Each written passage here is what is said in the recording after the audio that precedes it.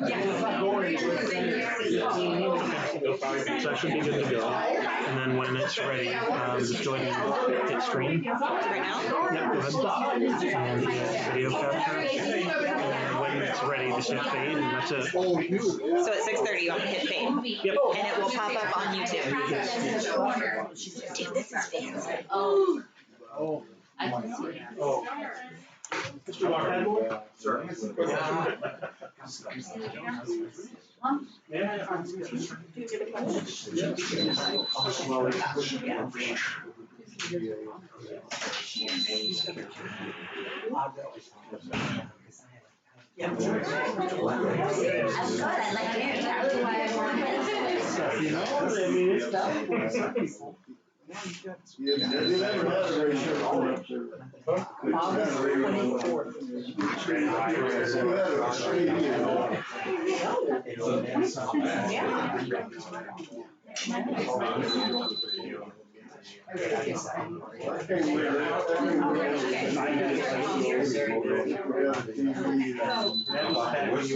I didn't even know. Yes.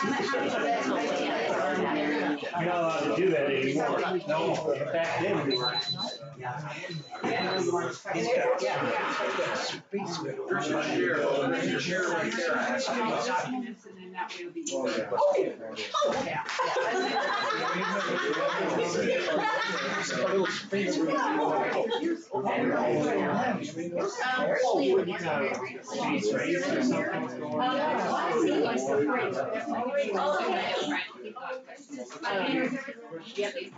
But yeah.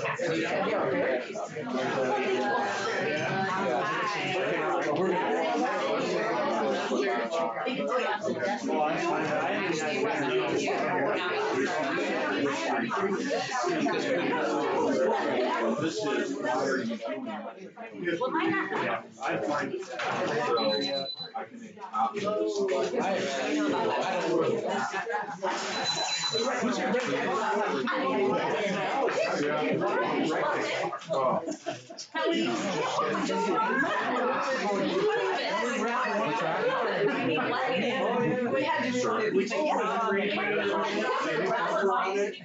Mr. Director.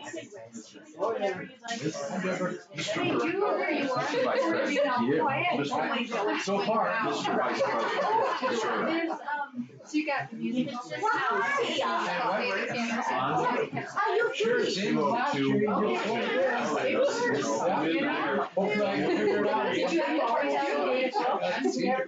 Failed the shit. I know, I appreciate how I.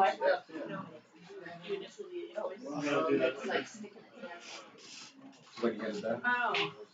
Tomorrow. Well, that was smart, and I was. Right, is anyone getting up? So we can, advertise hazardous trees. But there's all our names. All of them. Jesus. I'm so glad I didn't see your car. Oh, I'm just waiting. You order off the meat. I think if anyone says that. Nikki likes a Christmas party, that's about. That's what I Found on my email. A wealthy person. Hey Mitch, I'm sorry, I'm about to turn this on and all I can see is your behind. It wasn't like when you were like, okay, we're trying to lunch. You're like trying to put those guys are actually out working with this one. It's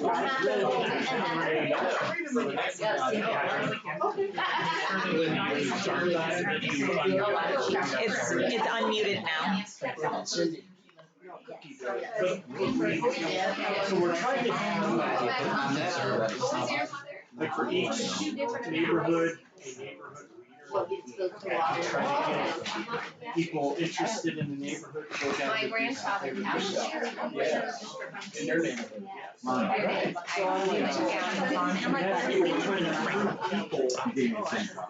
Neighborhood leader. I'm like, okay.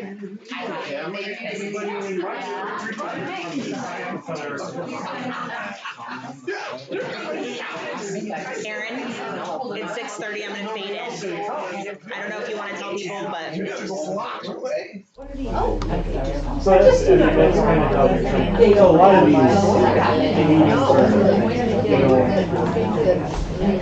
work parties are just work parties.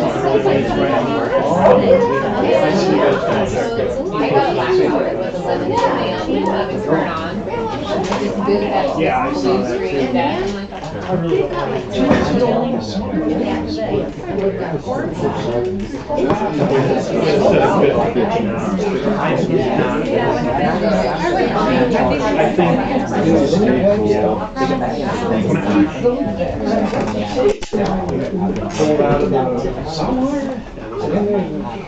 All right, everyone. Well, let's get started. It's just about 6:30. If you don't mind, I'm going to take just a couple more minutes and make sure I've got everything in order so we can just blow through and get everything going. So for those of you who are here in the room, just wanted to let you know, if you don't know already, we are recording this live. This is out on our website, on Facebook, and several other places. So if you're watching with us, thank you for joining us tonight. Hopefully this will be a different experience for our community moving forward. We're hoping that this will be a new standard moving forward so that everyone can be as involved with what we're doing here as possible. So it's not going to require you to show up, be with us in the room, but that you can go back, review what's gone on if you aren't able to join, or if you're just tired and don't want to come here for whatever reason, you can watch from wherever you're at in the future moving forward. So thank you for being a part of this. We're going to be referencing everyone who's there as well as in the room pretty often tonight. So what I'm hoping will come out of this night is that we can get all of the information that you guys need to make informed decisions into your hands and all the questions that you have answered. So tonight we're going to flow through, first of all, I'm just going to talk with you all for about 10 minutes or so. After that, we'll go through the entire voter pamphlet page by page, explain what it is that each resolution that we're voting on is doing, what it implements, what it changes, and the reasons we believe it's prudent to move forward and on all of those things. After we go through the voter pamphlet, we're going to go through all of the questions that we've received over the last 6 weeks. We're going to give everyone here and online a presentation of the answers that we've collectively come up with to those questions. And after all of that, after you have all the information we've received so far, we're going to take whatever comments and questions you have. If they're not pertaining to the voting issues that we have to deal with in a couple of weeks, we'll receive your questions, but we may not answer them tonight. If they have to do with the voting, we'll deal with those tonight. Is everyone okay with that? Perfect. So just a quick reminder, we're not technically in a board meeting. We're going to be taking minutes because there is a quorum of directors. This is an informational meeting. This is informal, but we will be adhering to Robert's Rules of Order so that we can maintain good decorum. We're all neighbors here. We want to be respectful and polite, and hopefully we can all be respectful of each other's time. Everyone good? All right. So about a year and a half ago, last summer, we all as a community realized that we were employing or had on contract a bookkeeper that had a criminal record. We had a lot of drama going on last summer. If you were here, you all probably remember that. And we have now come to realize after an investigation and after a lot of accounting digging that we had somewhere in the ballpark of upward of $360,000 embezzled from us. So it's a pretty significant number. It hurt us, but at the end of the day, I need to just say something pertaining to what I said in my last video. When we were all made aware of the fact that, hey, we're not looking so great coming into 2020, we're going to have some financial discussions, we're going to have a lot of things we're going to process through. That was brought to our attention. We said, we don't quite know where we're at. We need to create a new budget. We need to figure out what's real, and you're probably going to need an increase of some sort. You're probably going to need to deal with this. You might want to make people aware of that. So I made that video, just letting everyone know, hey, we don't know what's going on yet, but we're gonna have some hefty conversations. And in that video, I had mentioned that we're gonna probably go out and recover the money that was stolen. That was a big mistake for me to say. So right off the bat, a lot of feedback came in about that specific comment, and I want to apologize for making that statement and clarify, we are not asking the membership to repay what was stolen. So yes, we suffered a loss, we did, and we're in the process of going after and recovering that money in the right way. So we've got several insurance claims that are open. We're going to be litigating against who we believe who've stolen that money from us, and we're going to be seeking recovery in those ones and not from our membership. So that being said, what we're talking about tonight within this budget change and within this voting issue, this is about our operational budget. This is about taking care of what we know to be true for 2020. That's what we're dealing with. The entire budget is available online on our website. You can read through it all line by line. And just a couple of quick little points. The reason we even engage in those is because the last several years we haven't had a clear picture of where we are financially. We just haven't. For multiple reasons, but the biggest one is the fact that yes, we had this bookkeeper in here. It's not an excuse on why things weren't managed properly for whatever reason. We don't need to go into all that, but at the end of the day, what we do know is that we didn't have a clear account of what was really going on. We now do. We can now move forward with a very accurate budget. We know the expenses that we're going to have. And this is why we're looking at the budget change that we have now. So, when we all met on October 28th after quickly going through a budget creating cycle with our CPA and our management staff, they went through with the finance committee, looked at all of the changes, and we preliminarily reviewed that and moved it forward to our joint board and finance meeting where we met at Lackawanna School. There were, I don't know, 100 and some odd people that showed up to that. It was a good sized meeting.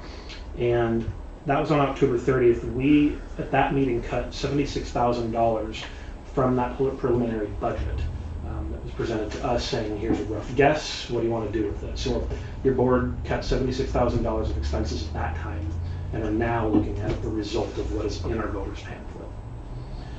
So that's kind of where we're at. And let me see.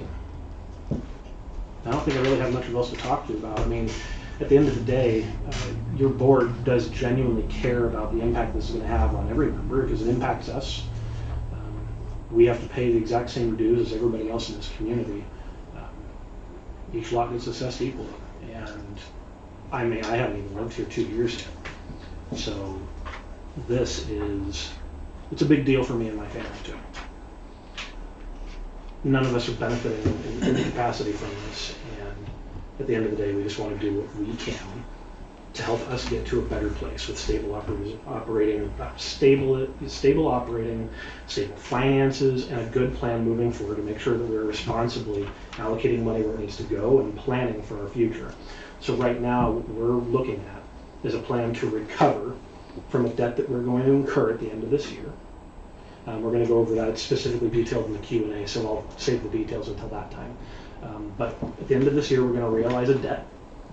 We're going to be repaying that in 2020. That's a part of this budget.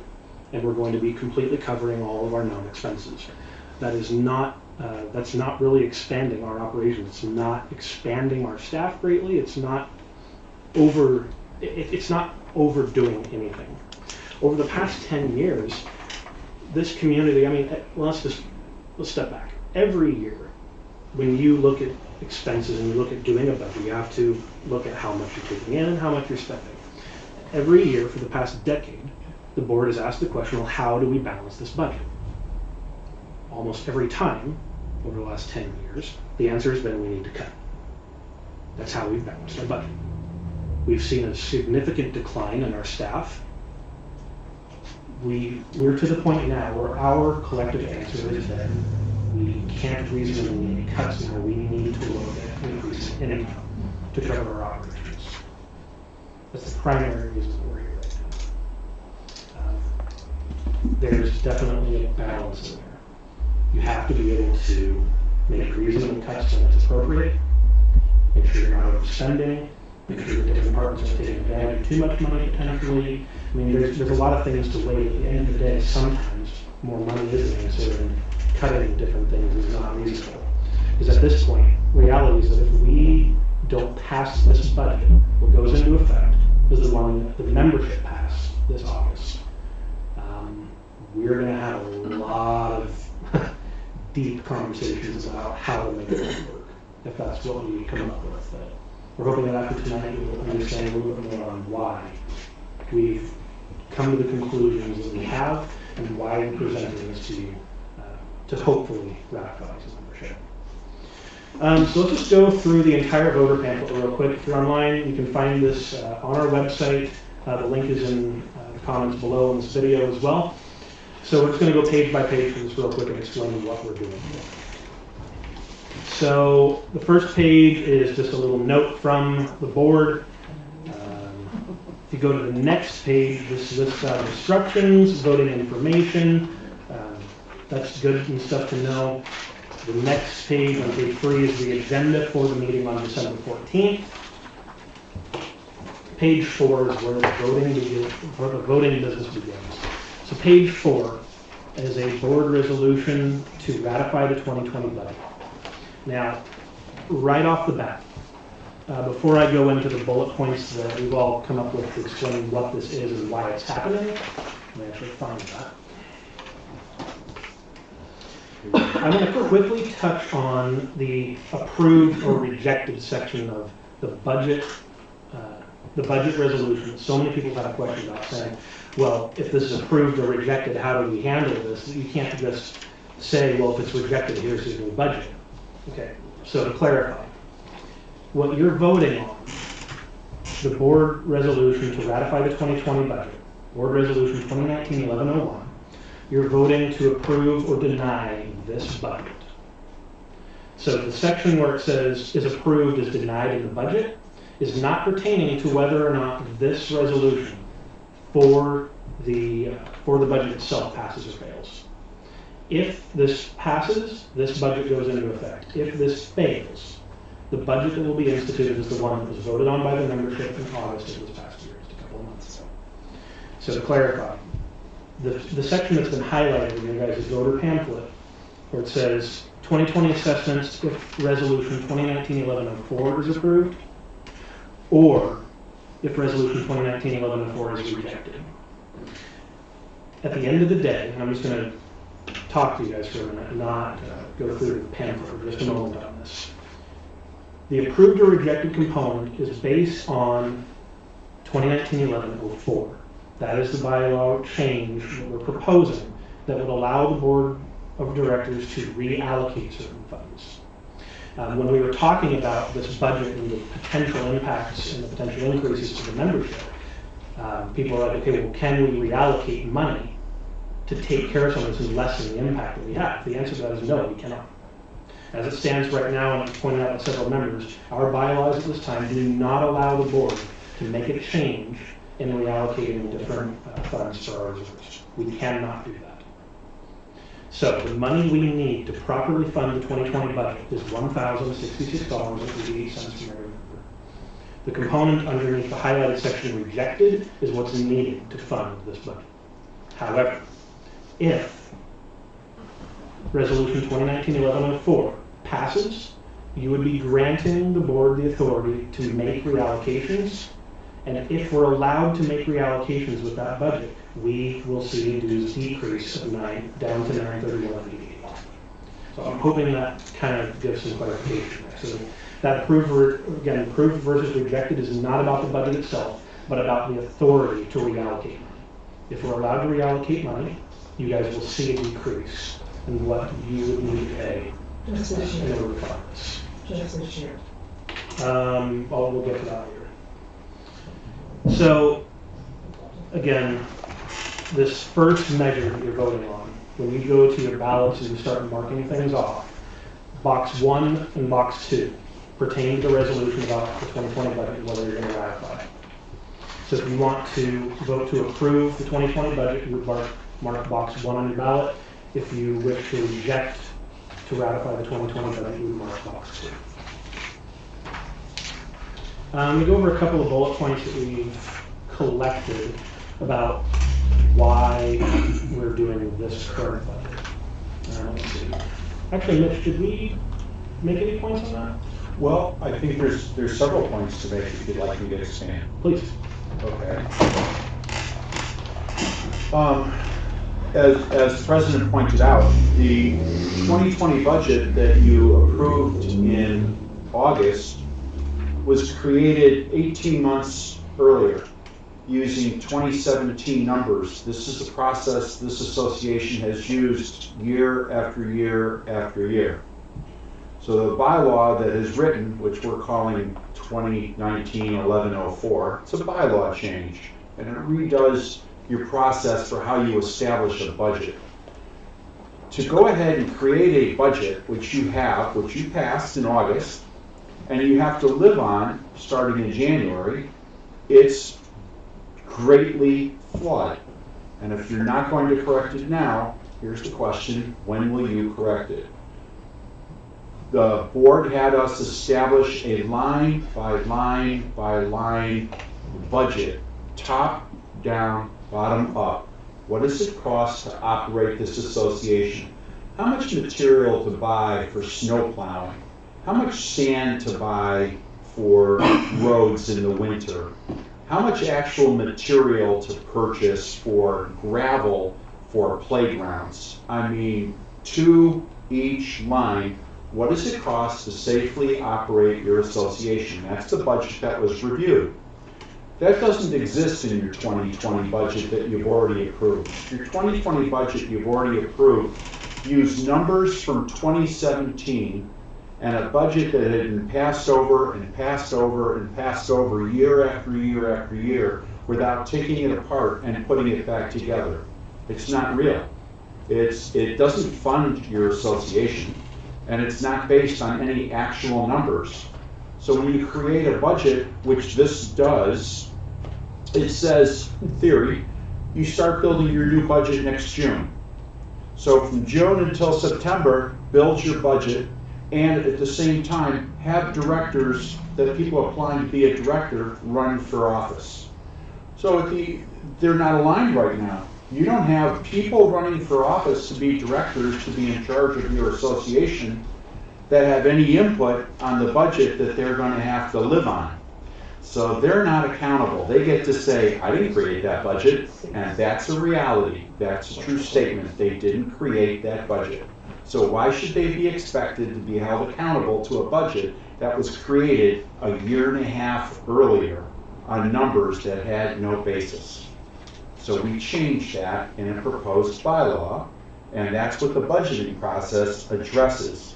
It requires the board to have an accurate, timely, and concise method for establishing an annual budget. No one in their right mind, really, unless you're retired, none of us can say that with that, but unless you have a lot of time, who's going to track a budget development over 18 months?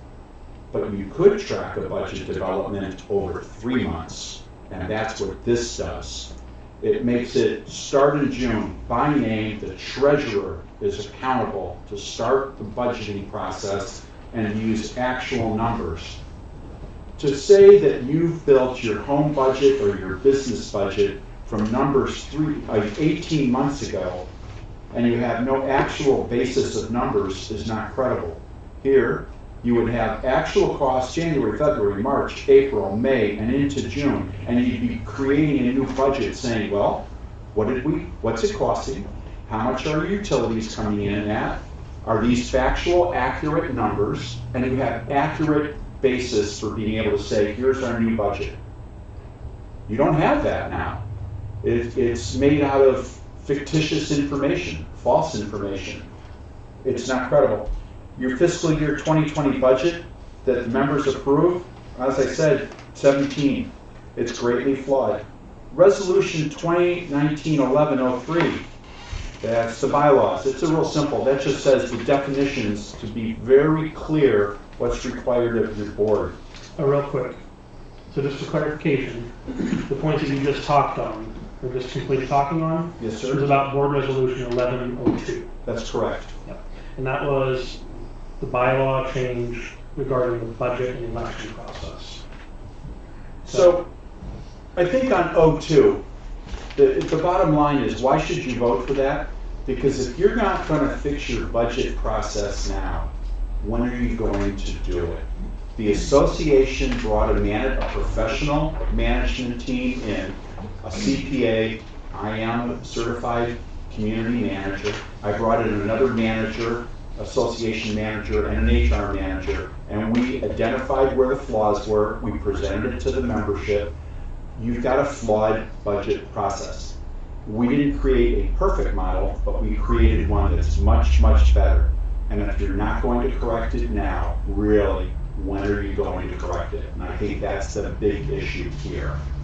Because it is, you would not run your home this way. You would not run your business this way. Why are you going to, as a member, run your corporation this way? So for everyone's understanding, that budget, that bylaw change proposal is on page 10 of your voter pamphlet. And on your ballot, that would be options 3 and 4. You'd mark option 3 if you wish to amend the bylaws with these changes, or mark box 4 if you wish to reject these changes. Can you go on to Sure. O3? Well, let's talk about some of the other impacts on O2 on your voting process.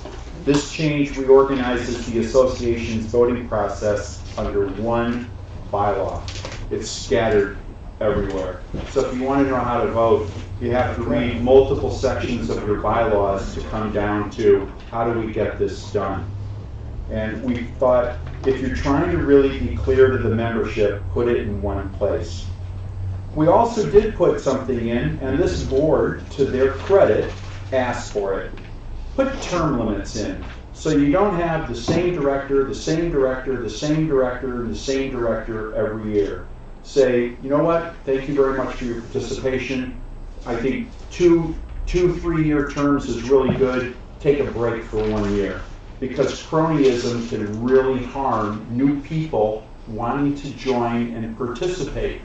You want new people to come in, and the best way to do that is to prevent the old boys club, old girls club, from remaining in charge and people having name recognition and running for office year after year after year. Your new bylaws, your current bylaws, the cycle does not match the law. It's called Washington's law, RCW 6390-525.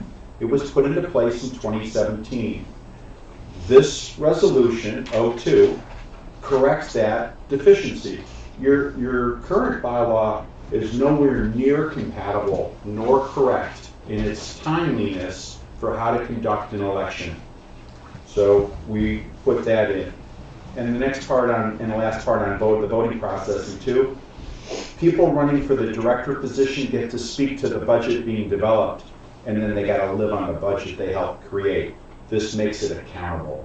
Right now, you don't have to be accountable. Nothing personal. I'll just pick on your treasurer.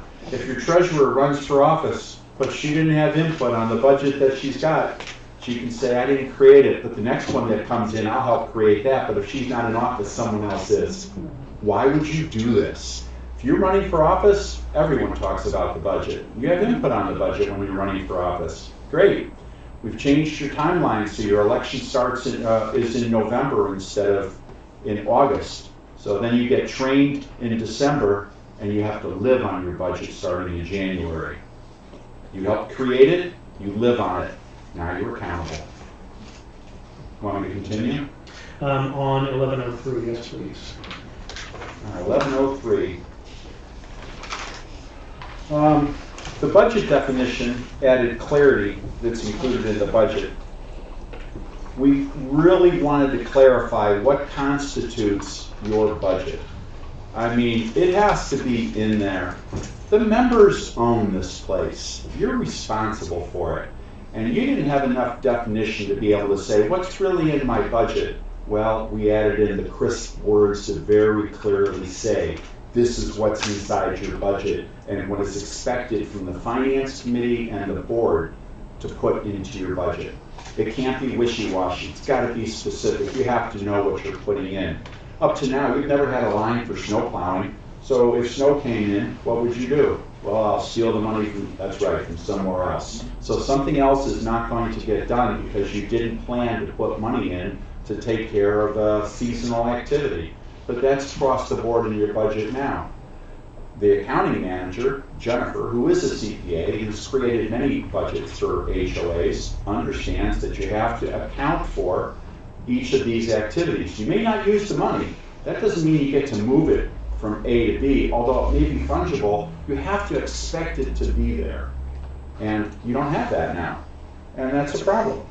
We also changed the payment plans. Right now, anyone here on a payment plan? Well, all right. You know, it's 11 months payment plan. Why isn't it 12? Well, this changes it to 12 because we're a 12-month operation. We're not an 11-month operation. No one goes home in December. Well, I'm sorry. No, you don't all leave like geese in December, although it could be a good idea. So we changed it to a 12-month process. And members present has been edited now to include ballots in the quorum process. What other items in 3 and 2? Oh, that's right. Should I continue on this? Okay. You've never had this before, but it's a requirement in law. Candidates have to submit a disclosure of interest statement. Corporate law requires that you elect directors who, if they have a conflict of interest, they have to disclose it. But you don't have that now, which is bad. You should require them to do so. And if they have doesn't mean that they can't be a director. Your vice president is in the construction business. What if his company bids on a project here? Doesn't mean that he can't be on the board. It means he has to say, oh, that's my company, they bid, I can't vote. He has to disclose all of that. But that's not in your papers anywhere. And that really needs to be something that members can say, if you want to run for director here, I want to know if you have any conflicts. So we put that in. The quorum, there's some heartburn about it. Quorum is 10% of the members either present or through ballots. And their number is increased to prevent blindside recalls by a small group.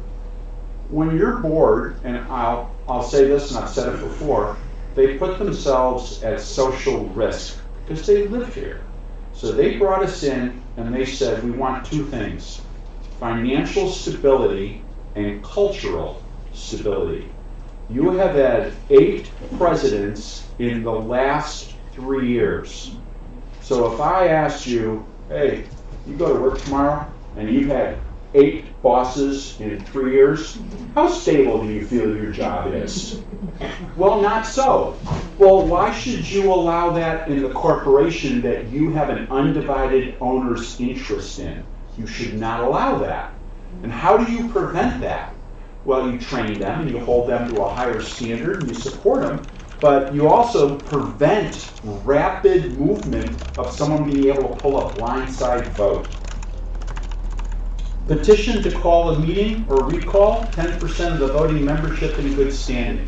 There's some heartburn about this term, good standing. So the board understands it. I think most people do. If you haven't paid your bills, if you haven't paid your dues, you're not a member in good standing.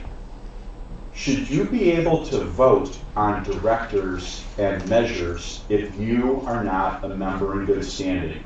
Standard industry practice in the HOA business, no. If you haven't paid, you can be on a payment plan, you're a member in good standing. I'm making my monthly payments as I'm supposed to. You're in good standing. But if you haven't paid your bills, if you're months behind and you're not a member in good standing, you get to vote for the budget. You do not get to vote for members, for measures, and you do not get to vote for directors. Because why should you have the same privilege as everyone else that's current in their dues? That's why you're current in your dues, so you can have a say-so in the membership that you have in this corporation. We changed it to in good standing. So, having 8 board presidents in the last 3 years, not so good. We changed your election to the first Saturday in November. Well, once elected, then the directors are also now in this new bylaw required to attend a full day of training to understand their governance role, the finances of the association, the budget that they have to govern by. They have to understand and be trained their fiduciary corporate responsibility. Because when the law changed in 17, you can get sued now if you do not behave with your fiduciary responsibility. Therefore, you should have good control and knowledge of your budget and your authority. And what are your liabilities in this office? So you get to run for office. The budget is developed at the same exact time that you're running for office, and measures that are being put together by the membership, the board gets to say, and there's some heartburn on this, well, you want to run a measure, and you want to put let's say some members say, we're going to put in a measure. Okay, and that measure has cost. Well, during the budget development process, you get to push back and say, that's an unfunded mandate. If we're doing the budget and that's going in, where's that money coming from? So we're either going to have to put it into the budget, or it's going to arrive and we're going to have a requirement, and that requirement is not funded. Something doesn't happen because this measure occurs. No, your measures should be put together at the same time as your budget is being put together, at the same time as these directors are running for office. So if your measures are put in, you can anticipate, okay, this is going to cost, maybe we should put some money in for this just in case it passes. Not if it passes, just in case it passes. Otherwise, it's an unfunded mandate. And you know, in the federal government, unfunded mandates do not get enforced by law. Why should they be that way in an HOA? You pass a measure and it requires them to do something, they're your governance, and it didn't come with money. Who gets to decide what to cut? They're held accountable. Someone might not be too happy that they cut whatever, something you wanted, but it came and you're going to enforce them, and it didn't come with a budget. That's not governance, and that's not a way to operate an HOA. Your other major changes in your bylaws: election for Saturday in November. Once elected, they're required to attend a full day of training. Well, they attended that full day of training a couple of months ago. That's one of the things that we brought in. And there's someone in this room who told me that he had attended director's education and introduction. And at the end of the day, he was like, okay, that's not anything I've ever attended. You should hold the board to a really tough, rigorous standard. This isn't a joke. This is a corporation. It's your greatest financial investment that we individually own. So they should really be put through a tough training program so they understand you got to live on this budget and you don't get to play games. All right? The past is the past. The future now is very, very important. Board meetings require a 48-hour public notice. You didn't have that before. So post the agenda on the web before member meetings so members can decide if they want to attend and know the topic. Why on the web? Well, because if we put the notices up on signs and the signs get taken down, then you could say, no one told me. That's the gate I go in. I go out of the back gate. I didn't see a sign. But if you post it on the web, you can post it everywhere else you want. But you have to have one place that you post it that you guarantee you told the members 48 hours in advance. And if they have a meeting and there's an item that they put on the agenda, they don't get to vote on it. That's the law. They can talk about it all they want, but they don't get to vote on it because the members were not told in advance, we're going to have this topic and we're going to vote on this topic. You have to have the members have fair say-so on what's going to be done. The board of directors is required to adopt proposed amendments to the articles of incorporation and budget result in a change of assessment. All right, this is part of the law. No later than 90 days prior to the date of the special election, they have to tell you what they're going to do. Orientation. Oh, Robert's rules. You heard that earlier. So we've been working very hard with your board. Your board's been doing a great job, pretty magnificent job, operating under a set of rules called Robert's rules. Robert's rules is the most common set of rules on which to conduct a meeting.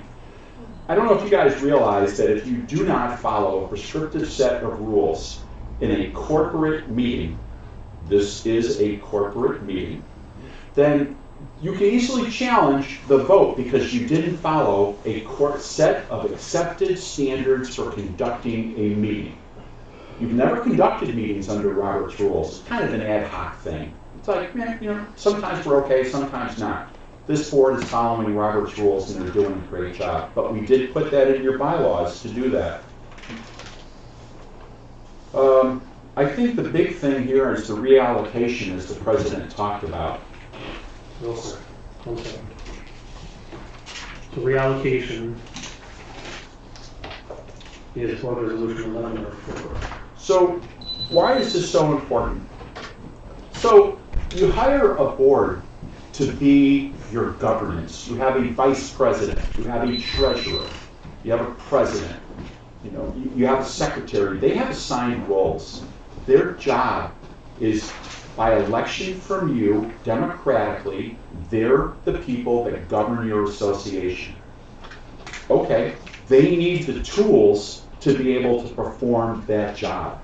Otherwise, why would anyone want to come on?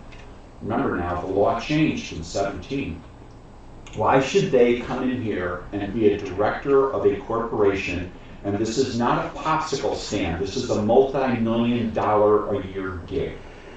Why should they be in here and be try to operate this place if you don't give them the tools to do it? So some time ago, and I'm going to guess because of best intentions, a prior board wrote a policy that assigned a specific dollar amount to assign to your capital reserve accounts. All right. Well, business requirements change annually. So someone hard-coded in, this is how much money, 145? 159. 145 and 50. Thank you. All right. So 159. 145 and 15. Someone wrote in and hard-coded, for the best of intentions, this is how much money you should put into your capital projects every year. Okay, so out of your dues, subtract that. Here's what you guys will use for everything else. But you didn't have the requirements in there to have a bottoms-up budget every year. You didn't have in the requirements to use actual costs. You didn't have any of those requirements, but you hard-coded in how much money you set aside to do capital projects. Okay, I understand the need to do capital projects. I've been a project manager in my life, and you need to have capital money, and your general capital is in the 74% range, outstanding amounts. Your water is not. Your water is way, way low on where you should have your money. We put into this bill the authority of the board to allocate money as it's needed each year. Some years you may need a little bit more operations. Some years you may need more on new capital because you want a new project. And you're going to set aside a lot more money over 3 years. And so a 3-year plan, which you don't have and need to have, you set aside a certain amount of money and say, this is where we're going. And the board's job as your governors is to set that budget up. But when you hamstring and take away their ability to balance that budget, you've eliminated their ability to govern. You've told them, you can govern, but you have to govern in this box. Why would anyone want that job? And why should you expect them to succeed in that job if they don't have the tools to perform the job? If you are concerned that not this board, the next board won't put the right money in. Well, the budgeting process starts in June. And if you approve and vote yes on Resolution 4, then everyone, June, July, and no later than August, that Finance Committee's got a real fascinating challenge, and there's the chair of it. They have a fascinating challenge to go ahead and develop that budget, including where the capital goes, and then deliver it to the board. 2.5 months. You don't get to be shifty and moving chestnuts and things around the board in a short period of time like that.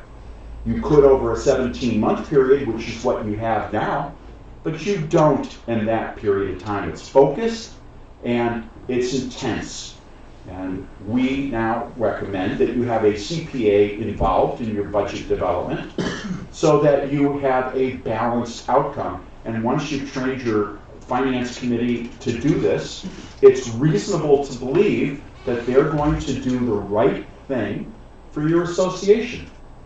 I think all the things that have gone on here have been a collection of people trying to do the best they could with what they had at the time. Why don't we train them to do the right thing with the right resources and get the right outcomes? And that's what this resolution actually does. Am I on target for you, sir?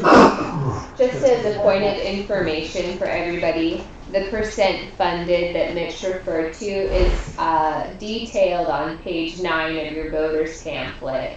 So general reserves is 75.8% funded if resolution 2019-1104 is approved, and 81.6% funded if it's rejected, and that's per the reserve study, while water reserves are underfunded at 10.7%. Which is a dangerously low number.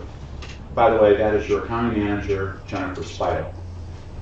All right, so the president talked about two different scenarios. Scenario 1, scenario 2.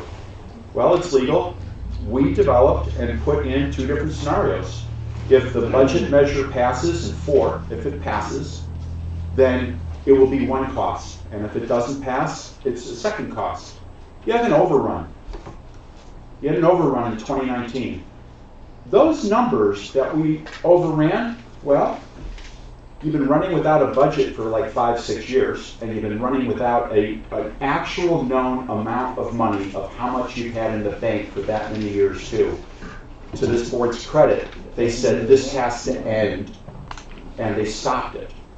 So, yeah, you had a big expense for a forensic auditor. Cindy, you asked me how much today, and I told you it was approximately $211,000. Cindy likes to stay up on these things, and I communicate with her. So, about $211,000 for legal and forensic auditor. Now, we've turned off most of those costs because we're at the back end of that process. However, those were big expenses, and you brought in a management team. So, if the budget doesn't pass, listen, you can go down the same path that you did before, watch how much money is in the bank, start laying off staff as you get there, but be careful about February when it snows because they plow the roads. All right? I mean, that's what you've done. That's not any way to run your corporation. So we've proposed a budget. Now, in that budget, I want to point out that there is $94,000 of operating money that's accounted for as operating cash.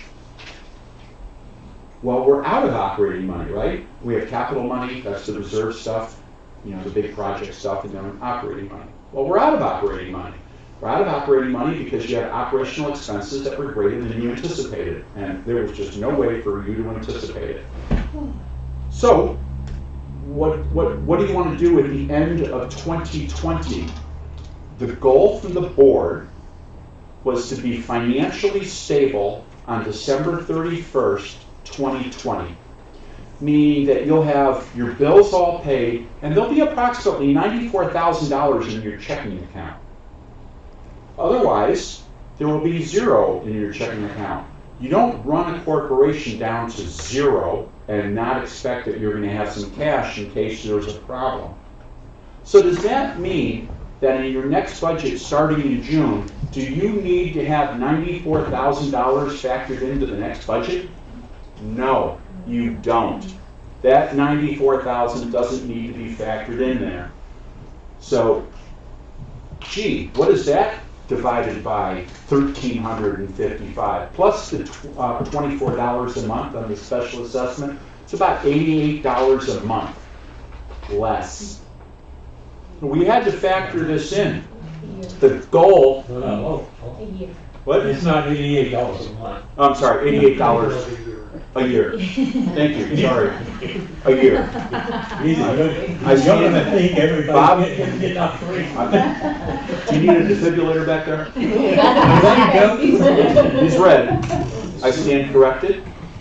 So it's less. Okay. Well, the goal was to give you a balanced budget. So we had to change your bylaws, we had to put together a budget, and we had to align your measure building with your budget, with your voting, so that you had cultural stability and financial stability. And there are things in your proposal that you don't need next year. So why are your dues going up? Well, as we said, you haven't been operating on a balanced budget for many, many years. How many dues increases have you had in the last 12 years? Greg knows. 2. 3. We had a giant one a couple of years ago. $85 a year. But in the last 12 years, you've had 2 dues increases. I don't think that the operating costs for this association have kept up with what's going on in reality. Minimum wage alone, because a good portion of our costs are salaries, and we don't have really highly paid people. Minimum wage has gone up tremendously, and it's mandated by law. There is no change to that. Insurance costs, the cost to operate, the cost of utilities, the cost of a lot of other services have gone up. And when we buy services from other companies, they were hit by the same minimum wage costs. Their costs for services went up proportionally. We have to pay their cost of services too. So dues are going up because we haven't had dues increases in the last 12 years. Costs have gone up each year. The association's fallen behind. So at the end of the day, there's a measure that's put in here, a budget, and then a definition measure, and then a bylaw change measure, and the last one was a notification to everyone. Number 5, the board, compliant to the law, when they realized they were going to be out of operating money and had to borrow money from capital, you passed a resolution, which is now 2019-11-5. And that resolution notified the members. And it's a notification only because their governance, their job is to govern the association. And they said, hey, we are out of operating money. We're borrowing it from our capital, which Jennifer pointed out in the general capital was very healthy. This is not a hit on your capital. It will not impact your ability to do capital projects. Is that correct? Well, that's correct, and it gets repaid. And it has to pay you back interest. Why not do it in 2 years? Because you can afford to do it in 1 by reallocation of your capital money.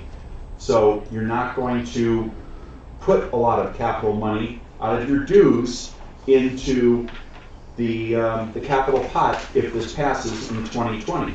You're going to be paying it back. Your money won't come out of your dues to go into capital. It'll be paying down the loan, and that will put with interest back into your capital account. And you're done at the end of 1 year. You're done at the end of 1 year. No, I won't take a question right now. So that's how this was all put together. Does that answer the main topic? I think so.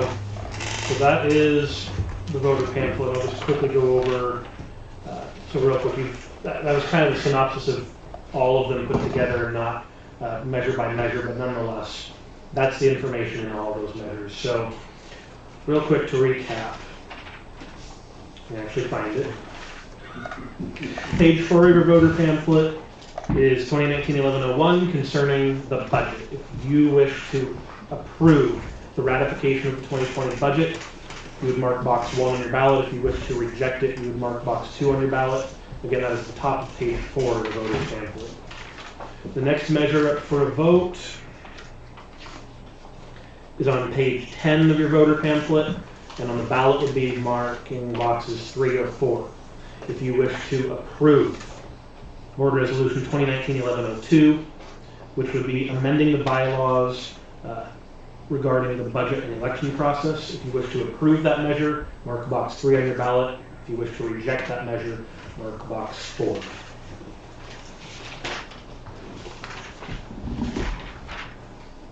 The next is 1103, and this is going to be the bottom half of page 18 in your voter pamphlet. This is concerning the new definitions in the bylaws.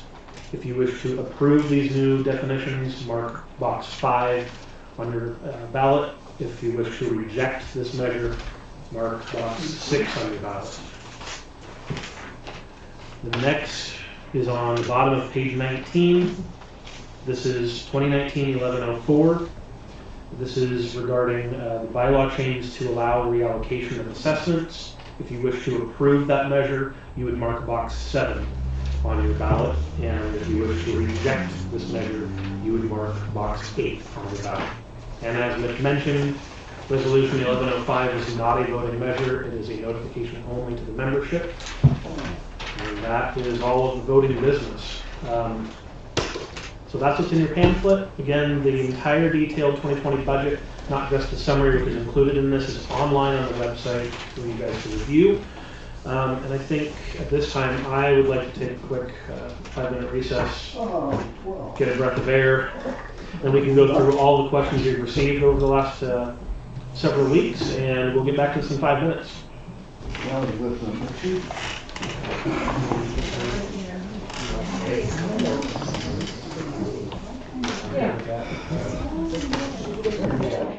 Yes. Actually,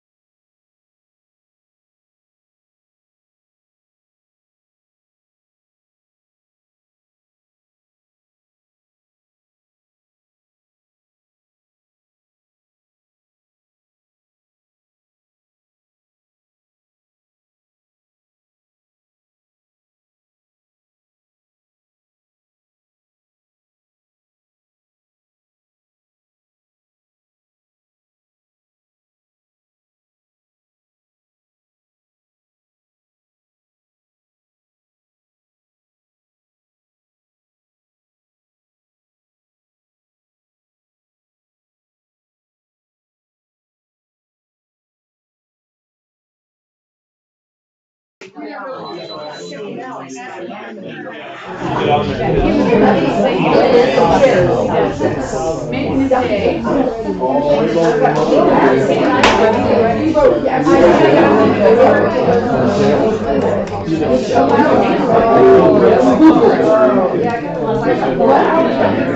All right, let's jump back in. Give everyone just a minute to finish up.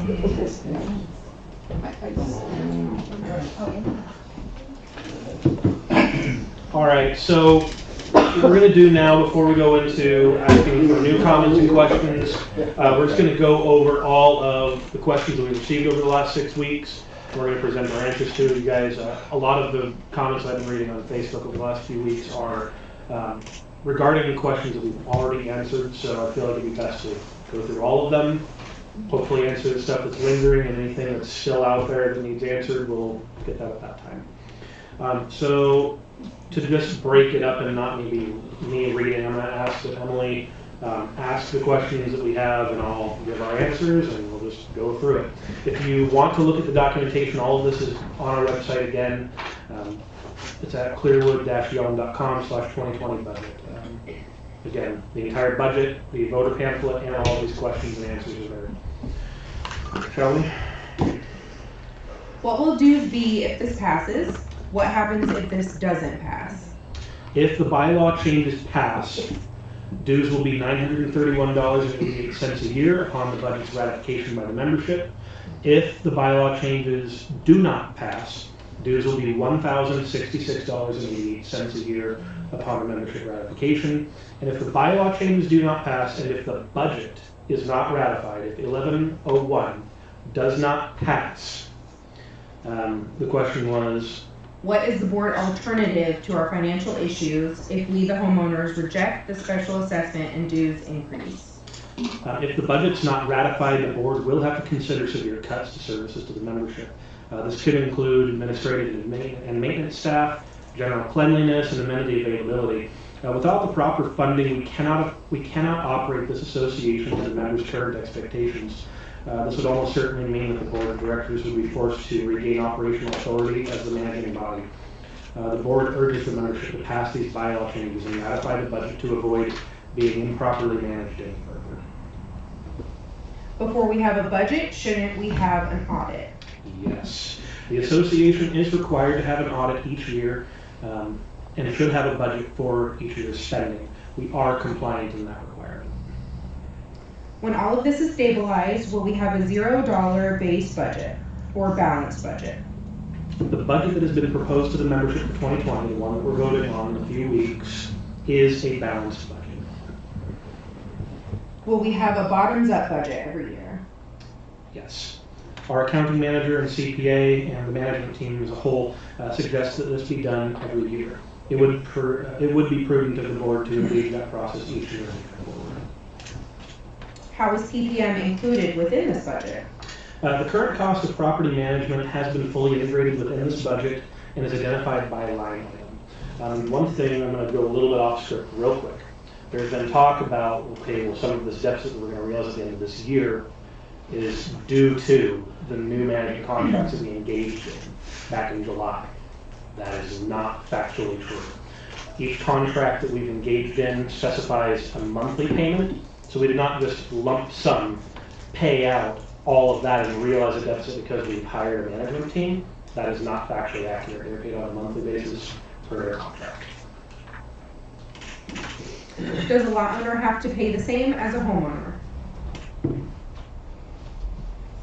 Thank you.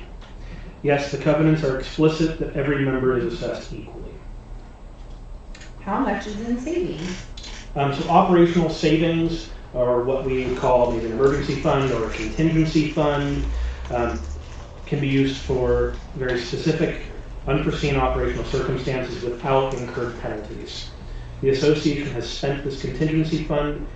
The operational savings is currently depleted. Reserves, which is for capital funding, can only be used for capital expenses and may not be used for operational everyday expenses without a penalty and mandatory repayment plan. The association has over $3 million in reserve accounts, and we are currently borrowing from reserves for operations and are in the process of making a legally mandated notification to the members of instituting a repayment plan, which is the last resolution in your voting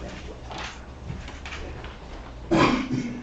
Can we see options to see how we can fix this problem over 3, 5, 7 years to see what those costs look like? So at the end of 2019, at the end of this year, we're going to realize a deficit in operations. We've talked about that debt that we're incurring and the repayment plan that we're putting into place. We've taken a loan from our reserve accounts, thus incurring a debt of $220,000 to ourselves that requires a repayment plan plus interest within 24 months. That's per state and federal law, and this budget, the one that we're voting on, reflects the income needed in 2020. This cannot be delayed. If we reallocate from capital reserves to pay our debt, do we have to have a special assessment? The bylaw changes being proposed will allow the board to reallocate funds normally intended for reserves funding. This is not possible without the bylaw changes being approved by the membership. Yes, we will still need a $24 per year per lot assessment, in addition to the money that is reallocated for repaying our debt to our reserves. We cannot reallocate enough money to cover the debt to reserves. What happens if we do not pay back the reallocation in 2 years? If we do not pay back the money borrowed from capital reserves within 2 years as required, all reserves money, the $3 million that we have in reserves, will become taxable at 30%. That is a $1 million tax bill. Taxation is theft. I've said my piece. Moving forward. The IRS. It's there forever now. We would owe the IRS 30% of our reserves if we do not repay that back in 24 months. Well, that's draconian, isn't it? I cannot even believe that. Talk your language. Don't get engaged. Yeah. Is the reallocation a temporary option for 1 year? And would this bylaw change give the board the ability to do that? Reallocation is part of the 2020 budget as a means of funding the deficit that we will realize. It is a solution to the complex financial problem that the association finds itself in. This bylaw change would allow the board to allocate funds for reserves as needed based on the budget needs and reserve funding needs each year. The intent of reallocation, as seen in the proposed 2020 budget, is temporary for 1 year. Can we create revenue generating actions to offset our costs, such as pool fees? Yes, we can create new means of revenue. We're limited by law and our covenant in certain aspects, but those are discussions that the board can have. What is stopping us from charging people to keep RVs on their lots when they winterize? So residents who have a home on their lot can keep their RV on that lot. There is a permit fee, and the RV must be screened from the street as described in the CCA rules and regulations. Currently, the R&Rs require that all RVs be removed from undeveloped lots unless a permanent residence is under construction on that lot. Does the board have arbitrary power over the budget? No. No, we do not. The association's budget must be voted on by the membership for ratification every year. We do not get to set the budget. The membership votes on the budget every year. Of the money that is being asked for in 2020, will some of the assessments be reduced in 2021? That is unknown. Nothing in the annual budgeting process is automatic. The bottom line must be evaluated, and a budget must be produced and voted on every year. The 2021 budget will be the first that we know of that will be based on 5 months of past year actual financials. We'll be able to work on the 21 budget with more accuracy than we have been able to previously. And we did just hear Mr. Waterman and just realize through this that we will see $94,000 in this current budget that we do not believe we'll need to build into the next one. So that is an expense that you can expect to go away. What will happen in 2021? How do we know that the dues won't go up again? How do we know that the board won't continue to make increases? What faces us in 2021 is unknown. Nobody knows what the end of this year is going to look like with certainty, but every reasonable effort is being made to accurately project our expenses. The budget for 2020, which includes increases, is proposed with great care. We recognize that it affects every member of the association. It's important for everyone to know that each board member is also affected by this increase. We believe that this budget covers the necessary expenses and is not excessive. It responsibly funds our known and projected needs. For the person that owns 4 lots, what is their charge or interest rate going to be for that person that makes those payments monthly? Each lot is assessed equally for the covenants and rules and regulations. So if somebody owns 4 lots, they pay 4 times what someone owning 1 lot would pay. The exact amount of 2020 assessment is not yet known, pending the outcome of this election coming up in a couple of weeks. After December 14th, you can check with the office to find out exactly how much you would be paying. The interest rate for anyone making monthly payments is 12% a year, or 1% per month on the unpaid balance. Was the delayed budget planning partially responsible for theft to be possible? Due to the ongoing investigation and upcoming litigation, the board cannot comment on that at this time. What about the money saved from Thurston County Sheriff and road paint? That money was freed up and not accounted for. Can we use it for interest or part of assessment? Our operating expenses are greater than current income. Those cuts were accounted for as it reduced the assessment needed when those lines were subtracted. How close would we be to bankruptcy if we did not raise the dues? What would happen to the home values? Bankruptcy is not an imminent concern for us. The association is not close to a concern of that nature. Can a state audit be done? So the state does not audit HOAs. Homeowners associations are private, so we have 2 standard audits. We have an annual financial audit every 3 years. We have an annual financial audit, and every 3 years we have to have a reserve study done by a reserve auditor. How long has the current firm been auditing us? We engaged a new auditing firm in 2018. We've contracted with them to audit 2017, 2018, and 2019. This is the association's first engagement with this firm. Do you have a graph showing what the expenses have been versus the money coming in over the last few years? No, not at this time, we do not. We do not trust prior year numbers right now. When those numbers are confirmed from the audit, we can present those numbers in that format. Can we discontinue the use of certain amenities for 1 year? Parks, bathroom, pool, etc. So the budget problem in our community will quickly spiral downward by turning off maintenance and operations. Member satisfaction with their community will completely erode with no maintenance amenities or services. So while the option is possible, it should not be considered. While the option is possible, it should be considered the absolute last option, and our situation is not that dire. Doesn't the reserve account have to be a certain percentage of funds at all times? No, it does not, but there is a reserve study that shows what percentage you are funded currently. The lower percent you are funded, the higher the risk the members are for a special assessment. It is a good thing our general reserves are over 70% funded, which indicates the association is on solid financial footing for capital repairs. Why is Office 365 so high? For those of you all not understand, that's particularly a budget question, it's a line item. So the line 61015, dues and subscriptions, includes multiple software and digital platform subscriptions that the association relies on in its normal business operations. We pay the standard cost of each subscription within that line item. Why do we provide employee benefits? So the association's human resources are our most important assets. The association has historically taken the position that we're best served by loyal employees, and we ought to be loyal to them. So our benefits package is in line with normal business standards. Are we making a profit on gate cards or at cost? Lifespan of card? Question. The lifespan of cards is unknown, though we do see several cards that are still active that were issued back in 2014.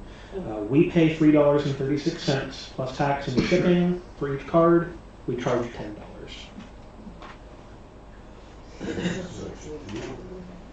I cannot afford to live anywhere else, and the increase will hurt a lot of people, but we need to be able to budget for it. No one wants to get hit with a cost. They want to know how much it is going to cost so they can budget for it too. The association is in complete agreement with you, and that's why we've created a bottoms-up budget, so that the dues increase would carry the actual cost of operating the association. The association does not want to operate on assumptions any more than the members do. I'm going to go off on this real quick, because this triggered something I wanted to say in the beginning but didn't. So I was talking with, last week, I talked with a member here who's lived here for the past 17 years and posed that, you know, the heart of that question, saying, well, if you had, he asked me to point, if you have a member that's elderly, that is on a fixed income, that tells you this is going to put us in a position where it's unaffordable to live here.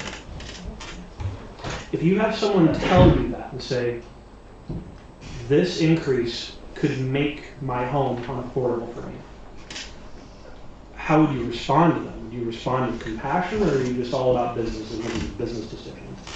And that kind of hurt the process. And it's a real question. I think everyone deserves to hear my response, at least, if not ours collectively. We should probably talk about this at some point. My personal feeling is that what we're looking at right now in this budget and everything that we're going through right now is a mixture of both. Reality is that we do have business needs that we need to cover for the sake of everyone who's invested in this community. But that being said, we're not aiming extremely high and gunning for everything that we could possibly need and planning and funding our stuff for 10 years down the road. We're not doing that. So, that being said, I would have to respond, and I did to this member, that we can't afford to continue to fund our association, to operate our association the way that we have. The negative impacts of continuing the way that we have are going to be extremely detrimental to our future, and we will not be able to sustain them. We have to look at ways to move forward in a healthy and responsible way. We just can't. So, if this makes it unaffordable for somebody to live here, yeah, I mean, that hurts. I can appreciate that that's going to be really painful if that becomes some situation, if this were to be enacted. But that being said, we, as a community, as neighbors, as a corporate board of fiduciaries are responsible for all of the homes in this community. We can't operate only on those circumstances. We have to be mindful of the impacts that are going to be realized should we stay on the road that we're on. And we can't do that. So that's all I was going to say about that in particular. But fit with that question, and I feel like it was appropriate to at least give my perspective on that, because we're humans. We're not just some emotionally disconnected people that are just power hungry and want authority and whatever. I mean, this is the most stressful thing that I do in my life right now. I've got a 3-month-old at home. Many of us have full-time jobs. We've all got stuff in our lives along with what we have as neighbors, and this is ridiculously stressful. This is not some power grab for me. I don't believe that's the case for anybody in this circle. What we've talked about in these voting measures and in this budget is based on all the information we've been gathering and collecting and listening to our lawyers and our insurance agents and our team of professional managers and our CCA, who brought really good wisdom and insight for us to process and eat on. We don't always agree on things. There are a lot of things that they propose to us that, I mean, seriously, like even half of these answers, Emily and I sat in this office for a few hours going through them and picking them apart, and spent another several hours with the rest of the board making sure we're giving you guys information that we're all comfortable with. So we're not just taking things on a whim and running with it because, oh, it sounds okay. We all care very much about how this is going to impact every single one of us, including us individually. So I hope that you understand how much we care about what we're processing right now, and I would hope that we can communicate in a good way that everything we're proposing is not being done on a whim, that is very carefully thought through and what we believe to be in the best interest of the association for all of us. Moving, sorry. Does the association have interest accounts? So we assumed that question was about our investments, and yes, the association invests in its capital reserves funding on the recommendation of the finance committee and on accounting professionals. So the association has historically invested at the best interest rates while achieving low risk. For example, we just, in the last several weeks, went ahead and invested $1 million of our general reserves money into a 12-month certificate of deposit, which is going to be yielding a 2% interest rate over the next 12 months. So Does the bottoms-up budget for 2020 include legal expenses for the embezzlement? The board voted to remove funding specified for civil action from the 2020 budget, though the line item for legal professional services has been increased from the 2019 budget to account for more discussions than normal with our legal counsel. How far back did the embezzlement set us, and are we now paying for the incident? So we are aware of unauthorized distributions of association funds which exceeds $330,000 at this time. We have expended $206,622.74 in forensic auditing and legal efforts due to this event. Reality is that all theft hurts. Fortunately, we weren't hurt so bad that we can't recover. The forensic audit was necessary for the association to engage because we needed the information resulting from their investigation to correct our accounting records from previous years, regardless of whether that criminal activity did or didn't happen. How much money do we expect to recover in civil action, and how much will it cost to litigate?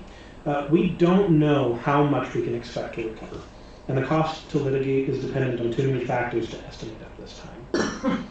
As we learn more and discuss this with legal counsel, the board is going to weigh counsel's opinion and determine if pressing forward in civil action to recover those funds is worth the effort and expense. If we recover money from insurance claims or from prosecution, what's going to happen to the money? I'm going to step back. I forgot to read one of the answers on the last one. Sorry about that. So on the question, how much money do we expect to recover in civil action and how much will it cost to litigate? The second point that I needed to say is that there is no guarantee that we will recover money. We are pursuing many remedies, including multiple insurance policies, criminal and perhaps civil avenues. And as options become available and recommended by our counsel, they will be considered. The question, if we recover money from insurance claims or from prosecution, what's going to happen to the money? So, under IRS law, funds that are recovered are returned to the accounts which they were stolen from. The community will be informed of all funds that are recovered, so that we all can input to the board on how that money is to be utilized. Why hasn't the criminal been arrested? So the association has filed criminal charges, has filed a criminal complaint. We have filed charges. We are currently awaiting the assignment of a prosecutor. Once the prosecutor signed. Okay. This is an update. Prosecutor's been assigned. We're waiting for a prosecutorial meeting between the board president, myself, the prosecutor, the forensic auditor, and our lawyer. Is it Thurston County? Yes. So, hopefully you all heard that. A prosecutor's been assigned. We believe that'll be in the future. Per official postings, the residents are being told that insurance will not reimburse embezzlement. True or false? False. There has been no official statement on the final status of any insurance claim. Our legal team is processing all avenues of recovery. We want to make a really important note that only the information posted on the association's website or on the association's official Facebook page, which has a logo, it's clear between the association, is the only means which should be considered official communication. This does not include any postings by any individual person or on the Clearwood Community Residence page or on the Family Friendly Clearwood, or anything that's not official means is not official work. So for official postings, you can visit our website or our official Facebook page. For those that knew timeliness was an issue for filing claims, why did they not offer assistance or let the Clearwood residents aware of the risks? So the association has been under advisement of legal counsel in its pursuit of recovery. This includes guidance on all insurance policies. All avenues are being pursued still, and we are unsure of what will come of these policies at this time. Why was a bookkeeper hired without a background check? A background check would have revealed previous convictions. So the association we have the record of the background check that was performed on March 27th of 2014, which was around the time of that the association first engaged this bookkeeper. That background check shows no criminal background. The bookkeeper was charged on October 23rd, later that year. The association now has provisions for more frequent and regular background checks. The board is doing their due diligence to confirm that they have received background checks and obtained copies of insurance policies from its contractors. If fraud was found in the 2017 budget, is there going to be more fraud found from 2018 to 2019? So fraud's been discovered from 2014 to 2017. A forensic auditor that was hired by the association has been given all records for 2017 and 18 and has performed an analysis on them. Additionally, the names of all employees and all corporate officers were provided to the forensic auditor to determine if any volunteers or staff were further involved in the thefts of funds. Currently, we believe that we have sufficient accounting to identify known thefts. How do we, the residents, know that what Mitch and his team are telling us what needs to be done is actually the way it needs to be done?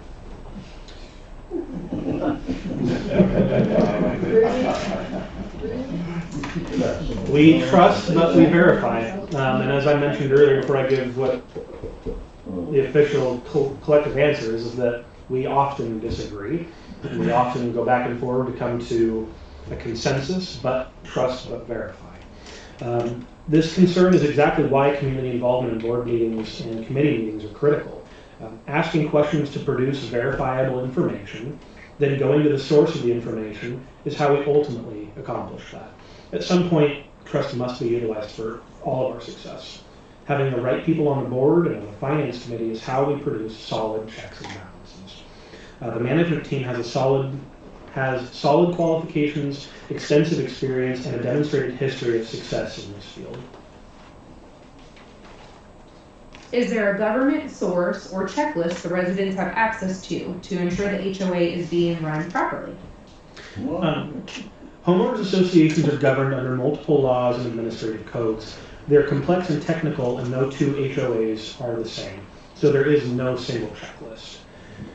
Members that have questions or concerns should contact the general manager to discuss those concerns.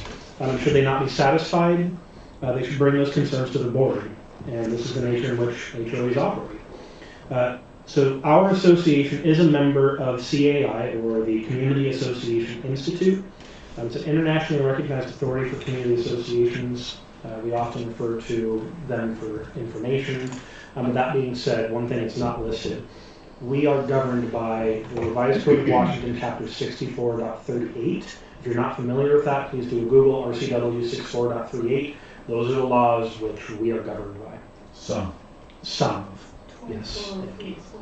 Yeah, 2403. But nonetheless, that's the main chapter. The Washington Homeowners Association. There's a lot of good information in there. Yes, we are governed by many other laws, but that one in particular is our main point of what controls us. But anyways, I digress. Can we auto pay for HOA dues? Yes. Call or stop by the office for more details. Why is it the board is not paid? So the association's bylaws prohibit directors from being paid for their service. Out of the 1,355 lots in Clearwood, how many are permanent homes and how many are camping lots without a home? We don't have a simple, accurate answer for that question.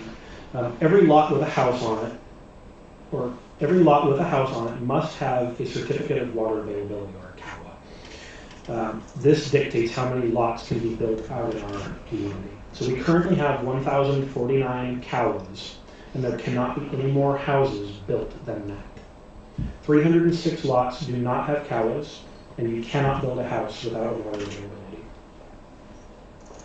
If Clearwood has such a big issue with hazardous trees, how does Clearwood compensate for individuals removing their own? So Clearwood is responsible for the trees on its lots, and members are responsible for the trees on their properties. Clearwood owns more property than all the lot owners. I don't feel maintenance has done their job. Oh, it's a statement, huh? This did not come from me. It sounds like it. So we do understand that some of our members can feel this way, and for that reason we've hired a new maintenance manager. The management team will work with the maintenance department to develop a more assertive work program.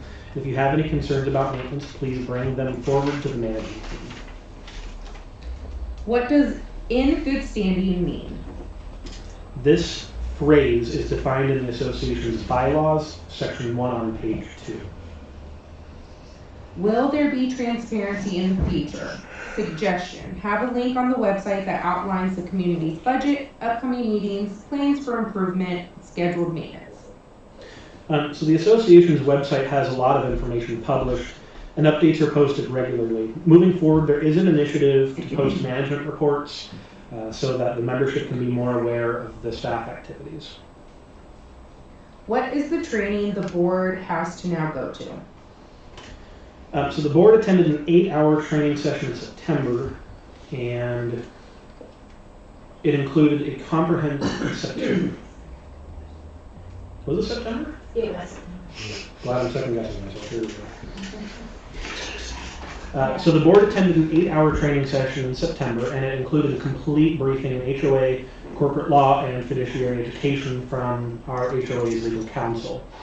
The association's HOA insurance agent provided a complete briefing of our insurance coverages, the types, restrictions, and concerns.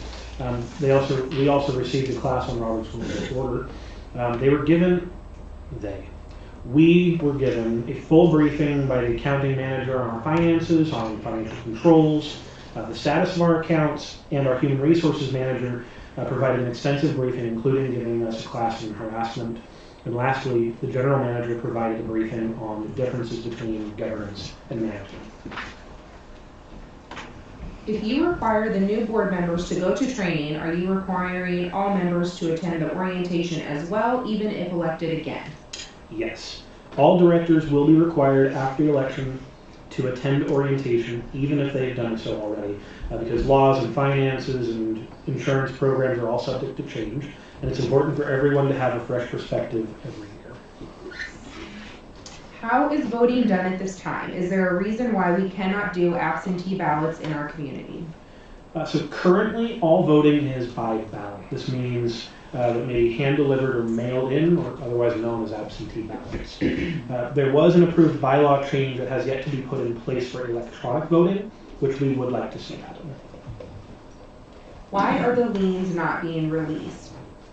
The management team has become aware of several liens that have not been released and notified the board in their reports this month, and have stated that they need to take action to remove liens and to apply liens. We hope to have all liens removed by the end of January. If there is a particular issue that is impacting a member, please contact the general manager to expedite that issue. Why are our excise taxes late? So prior to August, the association was relying on an external accounting service to conduct accounting and tax services. The contract was terminated because of poor performance, and now all taxes The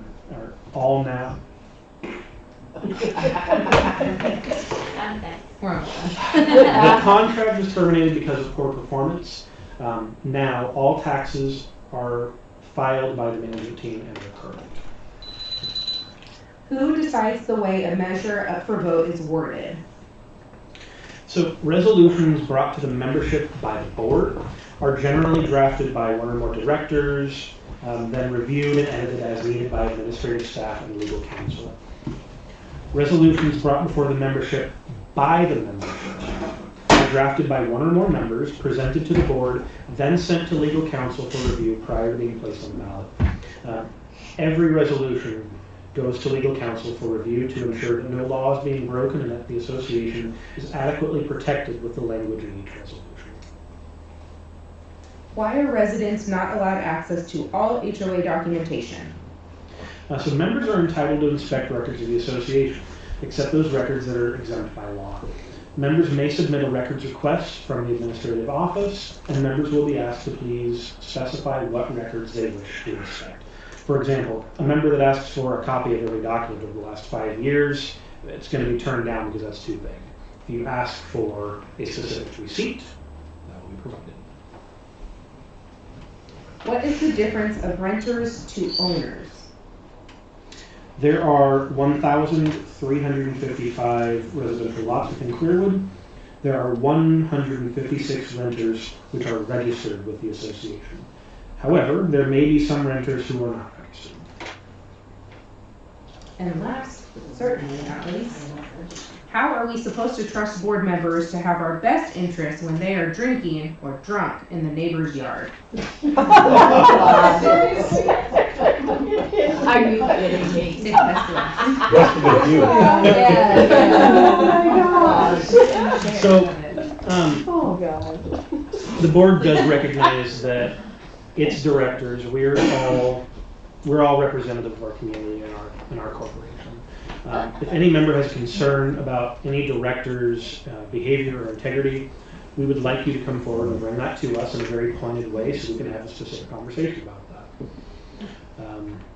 Yeah, we want to talk about We have a temperance club or something to look over the board.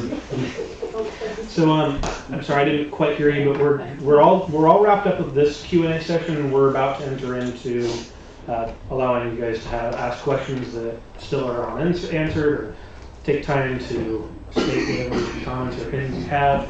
We're going to quickly go over just a couple of things about Robert's rules. So I'll ask that anyone with a comment or question, please raise your hand.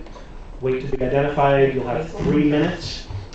If you wouldn't mind keeping track of time, Ashley, after give them about 30 seconds warning, let them know in that 3 minutes to say time's up. Keep going. I'm going to let you know your time is up and ask to be quickly move on for everybody's benefit. We will go back and forward between YouTube, which how many members do we have now? We had at one point had 40 people. Yeah, right now we currently have 36 that are watching. We've had comments, no questions as of right now, but some great comments. Okay, so for the 36 of you that are joining, there's about another little over a dozen here in the room with us, but for everyone that's joining online, we're going to go back and forward. There's about a 30-40 second delay between reality and what you're seeing. So if we go back and forward, that'll allow the time for the buffer. I'm going to ask Ashley to keep track of everything you guys are typing out. We'll just go one by one. So let's start in the room. We'll just go in order as they're received. Received or on the list? There's no list at this time, so just okay. however you raise your hand. So Mr. Marshall, I saw your hand up a few minutes ago. Go ahead. So getting into what you mentioned before about people not being able to absorb the increase based on their salary. Usually most cities or towns, they have some type of discount or freeze on their dues according to their income, so that they can freeze those people until it's affordable for them, or they get an increase or find some way to adjust their budget in order to pay an increase every so often, maybe just freeze them at what they are, understanding their circumstance. I mean, they have that in cities and bigger towns, the way you can apply by showing what your income is and it's tallied over by an officer or whatever. and approve, or just, you know what I'm trying to tell you? I believe so. Thank you. So one thing I didn't quite touch on, the intent of this time right now, and Director Teresa, correct me if I'm wrong, we would like to receive all the questions and comments now, and come back in a similar fashion with collaborated answers that are accurate and not just our spin-offs at the moment. So everything that's received right now, we're going to bring back and process and present it in a more official way. So thank you, sir. Cindy, Ms. Martin? beauty for, I just want to know why the 94,000, since it's a one-time, it's only for this year, why it wasn't considered as part of the special assessment instead of the regular increase? Because the likelihood that assessments are going to drop is pretty slim. That's not normally, once an entity charges something, they seldom revoke that charge. And since it is only one time, in my mind, it would have been better as part of the special assessment. Thank you. Is there a question from online? We can go back and forward now. Yes, we did have a question on here. Recently, this is an operational question. Val Colley, when will we see the 10-mile-per-hour speed limit posted on the divided road near the front gate? It was approved by the board at a special meeting. Thank you. Yes, sir. yes, my name's Bill Payne, and I'm a resident. I got two issues. One, you're talking about the loan from a reserve account to operations budget. And when I looked at that, I thought, well, why is this on a ballot issue? You know, when you have a ballot, you get to vote. But this was simply, to me, a dictatorial statement. You've already decided. So I was curious, kind of, why it's here. But the main thing I'm interested in is the terms, which I thought were rather cruel to charge that type of interest to our neighbors. They've already been victimized once. And then to pay this whole amount back in 1 year, I mean, what are you doing? We're taking money from one of our pockets and putting it in the other pocket. 5.5% interest? Well, maybe you could get that in Venezuela or Cuba or North Korea, but you can't get 5.5% if it's anywhere here in Washington. Anyway, you can't. Okay, well, you got It's on my more. well, yeah, years ago. No. So that's something I'd like the board to study on and see if they can't come back with a more reasonable, something more charitable, because all your neighbors in here have been victimized once. Why do it again? The second thing was that, and I haven't looked at our insurance policy, but most of them would have a liability contingent in it. And when I was in business, we had liability because if we screwed up, somebody could sue us for negligence. And so I'm wondering why, well, first of all, I have to think that we were negligent. Somebody on boards from prior year was negligent to let this woman steal this money right under our nose. And that perhaps standards of practice weren't followed. Perhaps due diligence wasn't followed to let this happen.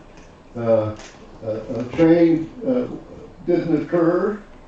And so I'm wondering why we're not asking that insurance company to go back to those members. And I know it's embarrassing and we don't want to hurt anybody's feelings, but my goodness, we got an insurance policy that'll cover them.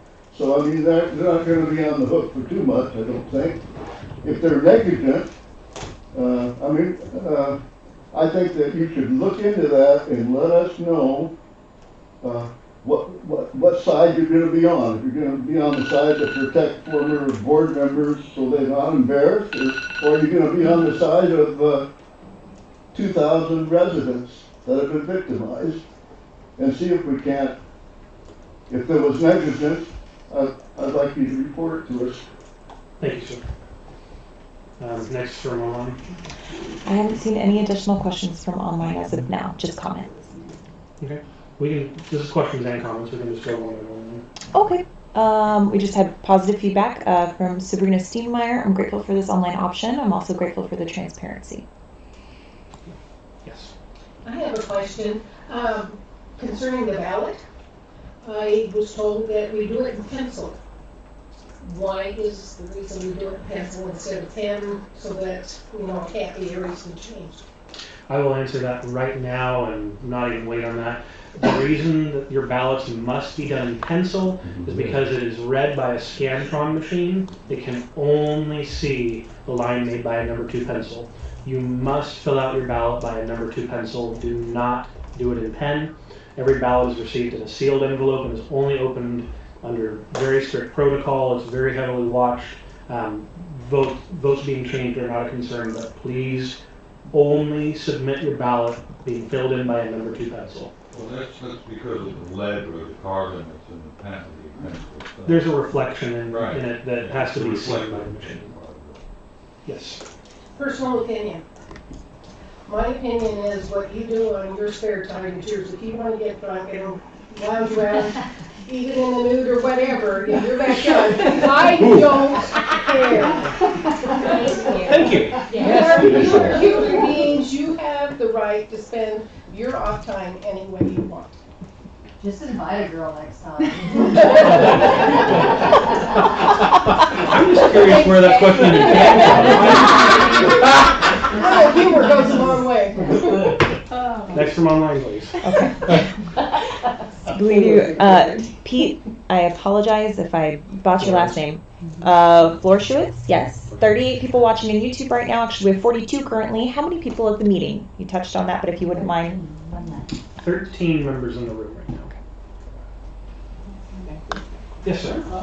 I'm a little unclear about this. The community has allocated $200,000 to seek $330,000 embezzlement. Well, But I'm unclear how that worked out. It's costing $200,000 so far because of $330,000 embezzlement they're seeking restitution for. Is that right? Okay. Thank you. We can get clarification on it. Touch on that. Thank you. Next online. Okay. We did have a question pop up. Doug Skelly. Please explain in detail why approving the budget results in a 933 dues versus rejecting the budget results in 1,033. I'll just reply now. So for any members that are currently coming on to this that did not hear our previous conversations, at the end of this recording, and for all of you in the room as well, this video will be available online to go back and review. So Mr. Shelley and anybody that's interested in that particular issue on pass versus failed, that is explained in detail probably right around 10 to 15 minutes into the video. So please go back, review this video, and that answer is answered in a lot of detail. Everybody else in the room? Mrs. Martin? Can any member who puts in the proper records request have the ability to read the insurance policy and see exactly what costs that we've incurred would be excluded by our policy and what we should or should not have done in a timely manner so that they could understand for themselves exactly what the insurance is likely to cover? Thank you. We'll get to that in a little while. Next online. Comment from Kelly Cunningham. Grateful that you're all streaming the meetings. All my questions are answered without having asked them. Great job, directors. Thank you. Is there anybody else in the room? Let's just drive through the ones online real quick and get them out, and we can touch on some of the stuff that's pertinent to the election. I really don't have additional questions. I do have replies from Doug Skelly in response to the budget question. Does not seem to be able to find an answer, so there's no answer. You have not explained it. Okay. Thank you. All right, we want to touch on a few of these real quick. All right, so, oh, go ahead. Yeah, Doug's, okay. So yeah, for those of you just joining again, I certainly don't mind giving that little brief explanation again. So again, once this video is completed, we'll be able to go back and rewatch this, and hear these explanations. But to touch again on the voting issue, specifically about the budget. So on page 4 of the voter pamphlet, this is Board Resolution 2019-1101, and in that, on page 5, same resolution, there's a column for what will happen if it's approved and what will happen if it's rejected. Now, notice the highlights on that page. The approved section is referring to Resolution 2019-1104. The rejected section is referring to Resolution 2019-1104. What we need to fund the 2020 budget as proposed is $1,066.88 at this time, because we do not have the authority to make reallocations to money set aside for reserves at this time. If Resolution 2019-1104 is passed and the board is granted the authority to reallocate assessments as it sees fit, then we have made a plan in this budget. If you will grant us that authority, we've made the plan to reallocate some money so that we do not need $1,066.88. We would need $931.88. If the resolution for the bylaw passes, this has a plan for both scenarios. If it fails, if the budget itself fails, then we go back to the one that was voted on by the membership in August. I hope that answers that question. I'll look forward to a reply if that helps you, Charlie. So why was 1105, the repayment plan, the payment notice, included in the ballot? So by law, number one, we're required to repay in 24 months, and we're required to send notice to all members by first-class mail. That's a state statutory requirement. So to save on the cost of mailing, we included it in this mailing so that we didn't have to pay more for mailing. All the membership has it right now. It just comes in one envelope, and yes, you're right. We're not asking for it because the law doesn't say we ask for it. It says you notify when you've taken the money. And unfortunately, it was a necessary thing that we did, so we made the plan. And we notified the membership as required that this is what we're doing, here's how we're repaying it. And the percentage for the interest percentage, Ms. Speidel, would you mind talking on that? So it's the prime interest rate. The current prime interest rate for loans is 5.5%. Obviously, the interest that you earn on an interest-bearing account, unfortunately, is much lower. But it's standard accounting practice that when you have an intercompany loan, that it be at the prime interest rate. Currently, that's 5.5%. So the other component of the requirements of a plan and borrowing reserves money is that we have to repay with interest. So the payments, I don't remember my note on this. Can someone help me around? Why 12 months? Why not 24? Why 12 months, not 24? 5 years. So we're required that it has to be within 24. It couldn't have been more than 24. Yes. It says, okay, that's not what the law says. It says unless it's a hardship. And that's what our question I was going to ask, is if it is a hardship, does the interest jump up to that 30% you were talking about?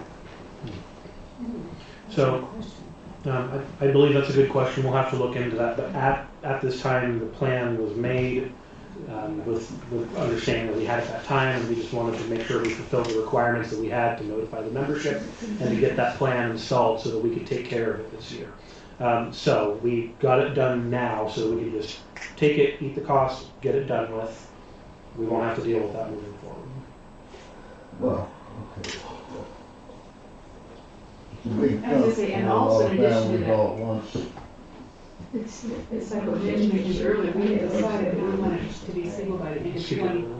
And it's also like Mitch mentioned earlier, part of our goal that we set was to be financially stable by December 31st, 2020.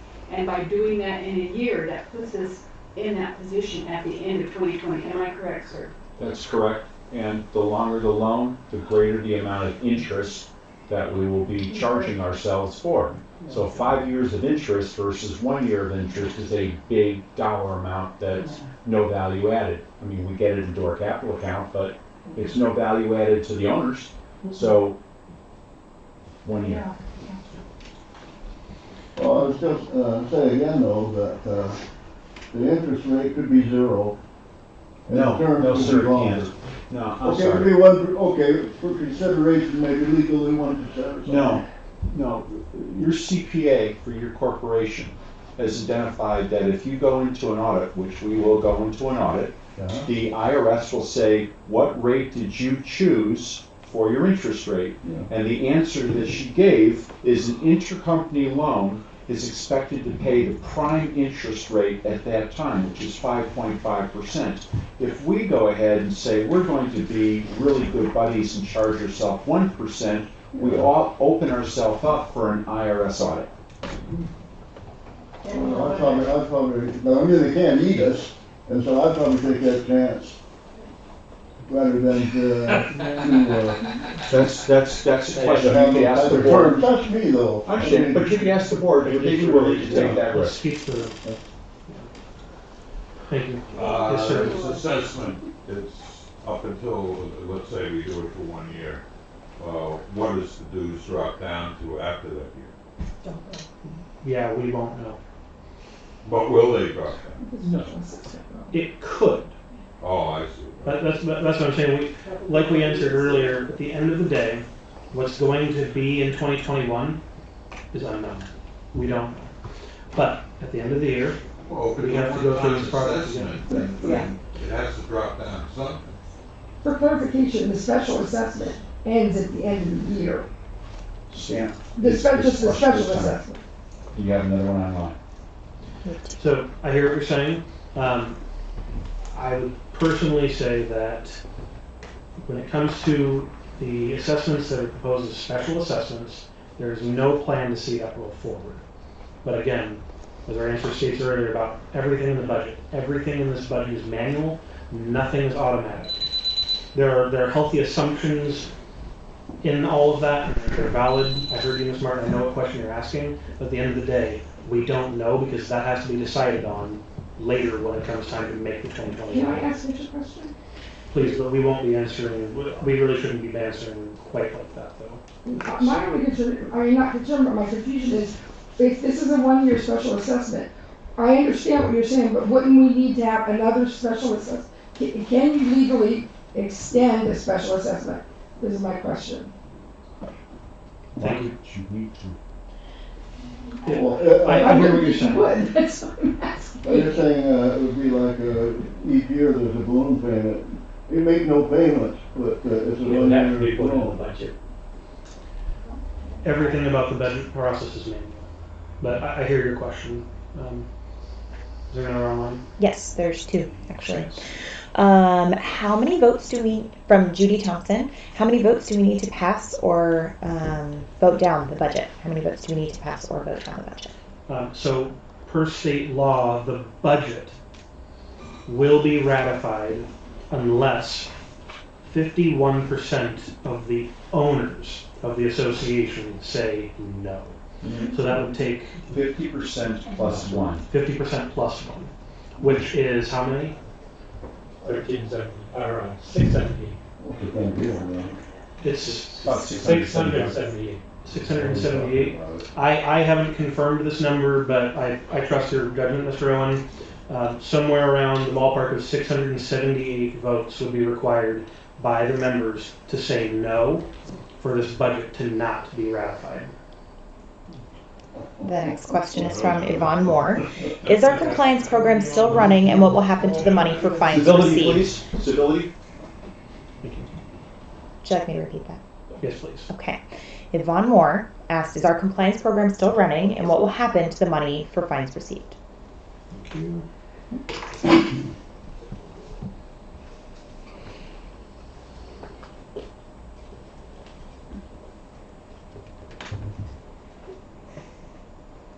So we got a little off.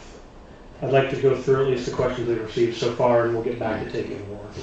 So we've touched on the payments. You guys just handed me something. There.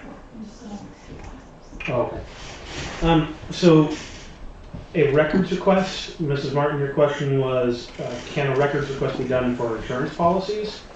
Submit a records request and it will be responded to. I mean, does that, I mean, so yes, if anybody would like to see a specific document that is in the association's possession, you may make that records request at the office. The book will be open to a member that wants to see it. Thank you. So the question about, actually, sir, would you mind restating your question? I was just curious about if I had my facts straight. You mentioned that $200,000 worth of funds went to the embezzlement, to retrieve the embezzlement of 330. I don't know if I got my facts straight or that really what's happening here. Yes. I'm fairly new to the community, so I can do it. Okay. So let me find that really fast.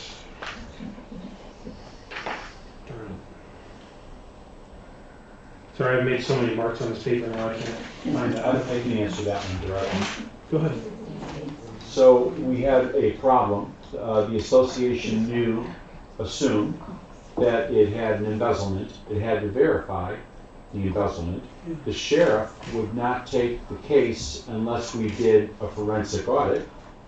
So to get and then we did not know what our accounting had been for several years. So to be able to do our annual auditing and to be able to file a claim with an insurance agency for fact and to be able to file a criminal case, we had to pay money to do a forensic audit. If we prevail in our insurance claims, the cost of the forensic audit, the cost of our legal staff, the cost of our own staff, and the cost of the money that was stolen is all recoverable funds. Is there funds to recover? Well, so far we've recovered $54,000 that's sitting in a trust account. Now we have to proceed with this. It's just a very slow process, and let me tell you, it's like pushing a string. It's a very slow, tedious process. So the board gave me the authority to take the lead on it, and I report to them when I can get an update. It is a tedious process, but I am a very tedious individual.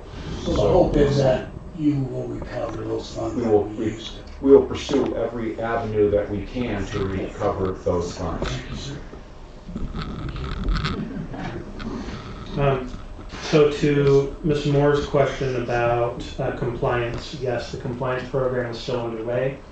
About fines that will be received from that process, do we have a plan for those at this time? The fines that go into general operations.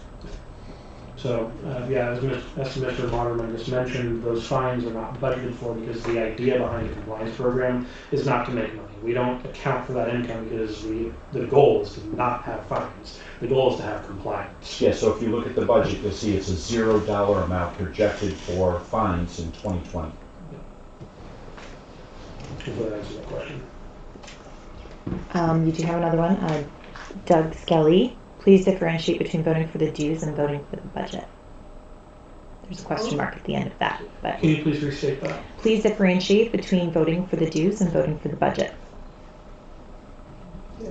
There is no difference. You're voting on Resolution 2019-1101 is voting for the budget. That budget includes a plan that says we must adhere to the bylaws, which currently lists out specific allocations, and it has a plan included should the membership grant us the authority to reallocate certain funds.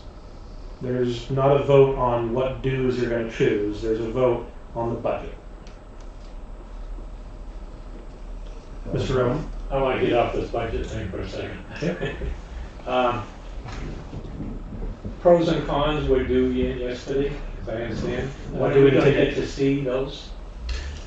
Yes, so they were due today, and my understanding, and we can just talk openly about this, my understanding is that there are some factual inaccuracies in some of the statements, and we are going to allow a 24-hour advancement for people to be allowed to correct their statements. We want to make sure that we're allowing transparency and we're not just turning it away, because by the letter of the requirements that we listed, we would say, okay, well, there's certain things that weren't met, we're just going to cut them. I don't believe that's the right thing to do. We should allow everybody's opinion to be formalized, especially since we've allowed the opportunity.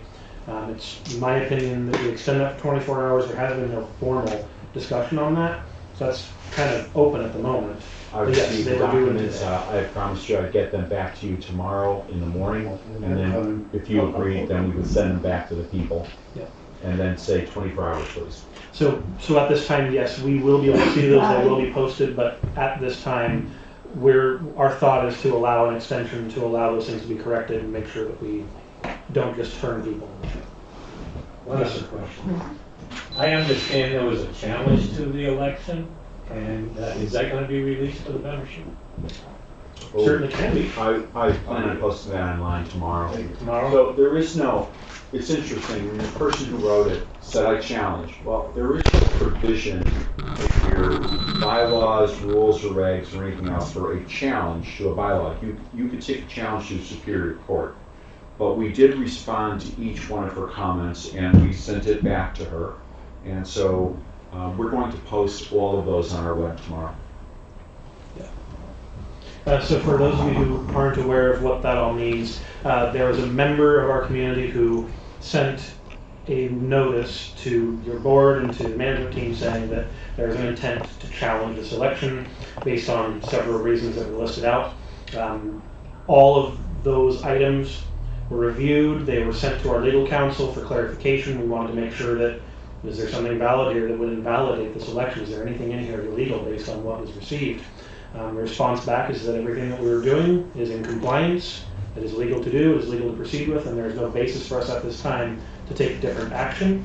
And for a challenge at this point to actually invalidate anything, it would need to be litigated in court. That's after. Doesn't there have to be damages? I mean, I'm not a lawyer, I've got no idea what that would look like, but all I know is that, as Mr. Waterman said, there's nothing in our bylaws or our governing documents telling the board how to proceed or what actions to take should a member decide to challenge it. So the only ramifications to a challenge that we have is to say, if you wish to challenge us legally, you may sue us. I mean, that's the blunt way to put it, because there are no other actions for us to take. There's nothing in our scope of authority saying we can do a thing about it. But our lawyer at the same time did not find any, we typed up our responses, and our lawyer looked at this and said, sorry, I mean, there's some Scrivener's errors in there, but this is a distinction in writing style and perspective. There was nothing in there that was not legal or out of line. No concern of risk. None. Yeah. Yes. So my thought on that is if somebody is challenging it, that just means it's gonna cost us more money, so Yeah, very welcome. just let it go. They're really important. No. No more on that. A couple. People are very grateful that we're moving the camera now. Would you explain though why we weren't moving it because of our setup? Absolutely. So right now we've got a little, a desktop webcam just sitting on top of a filing cabinet with a laptop here. So we will be getting a different camera and a different setup for us moving forward that's more permanent and better quality, because right now it's pretty far back and can't see much. But that being said, it was just in a stable position. We didn't want it to look super clunky, but at the same time, I understand wanting to be able to see who's talking. That was probably more important. We'll keep on that. Sorry.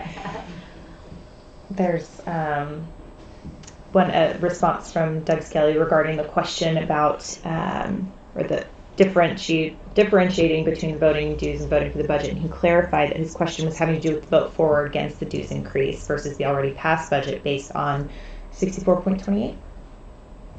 Can Can you say that one more time? I'm sorry. The question was having to do with the vote for or against the dues increase versus the already passed budget based on 64.28. Is he asking, how do you choose the two, the already voted for the new revised 2020 budget? So Then you'd have to vote no and then hope that the no vote passed and then it'd go back to the first budget. I think what they're asking you is, we approved the budget in August for 2020, and now we got another budget that we're approving in 2020. In other words, you get two budgets that are colliding. Oh, okay. We haven't done away with the other budget. So I'll touch on kind of both of those. So I see that point. I'm just going to operate on assumptions that I believe you're asking, Mr. Skelly. So if this current budget in your voter pamphlet, this budget is passed, it will be the most recent passed by the membership. It will supersede the one that was voted on in August. If it is rejected by the membership, the budget that was voted on and approved by the membership in August will be the one which we must operate by. I hope that answers that question. There's something that I think needs to be addressed. Okay. Shelley Ann Anderson, she says, I see many messages being retracted. Is that being done by the individual or the host? I would like noted that I am not retracting messages. Those are being done by individuals. Perfect. It is not anything that I am doing. Okay, does she mean like on the YouTube video? Oh, yes. Okay. So yeah, we have, correct me if I'm wrong, we have done zero moderation on this, correct? I'm sorry? We have done zero moderation. No, I've made one comment responding to one person because they asked who the speaker was. Okay. That is it. There was a response from Mr. Skelly. Mm-hmm. No, the budget has passed due to the RCW ? Okay. Just thank you.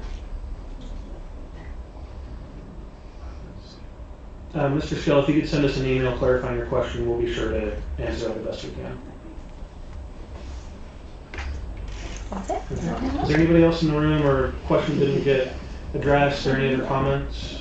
Ms. Are you Martin? gonna respond later to why the 94,000 wasn't done? I'm assuming you're gonna have to discuss that, you'll have the answer. Like why it was not part of the special assessment instead of regular assessment.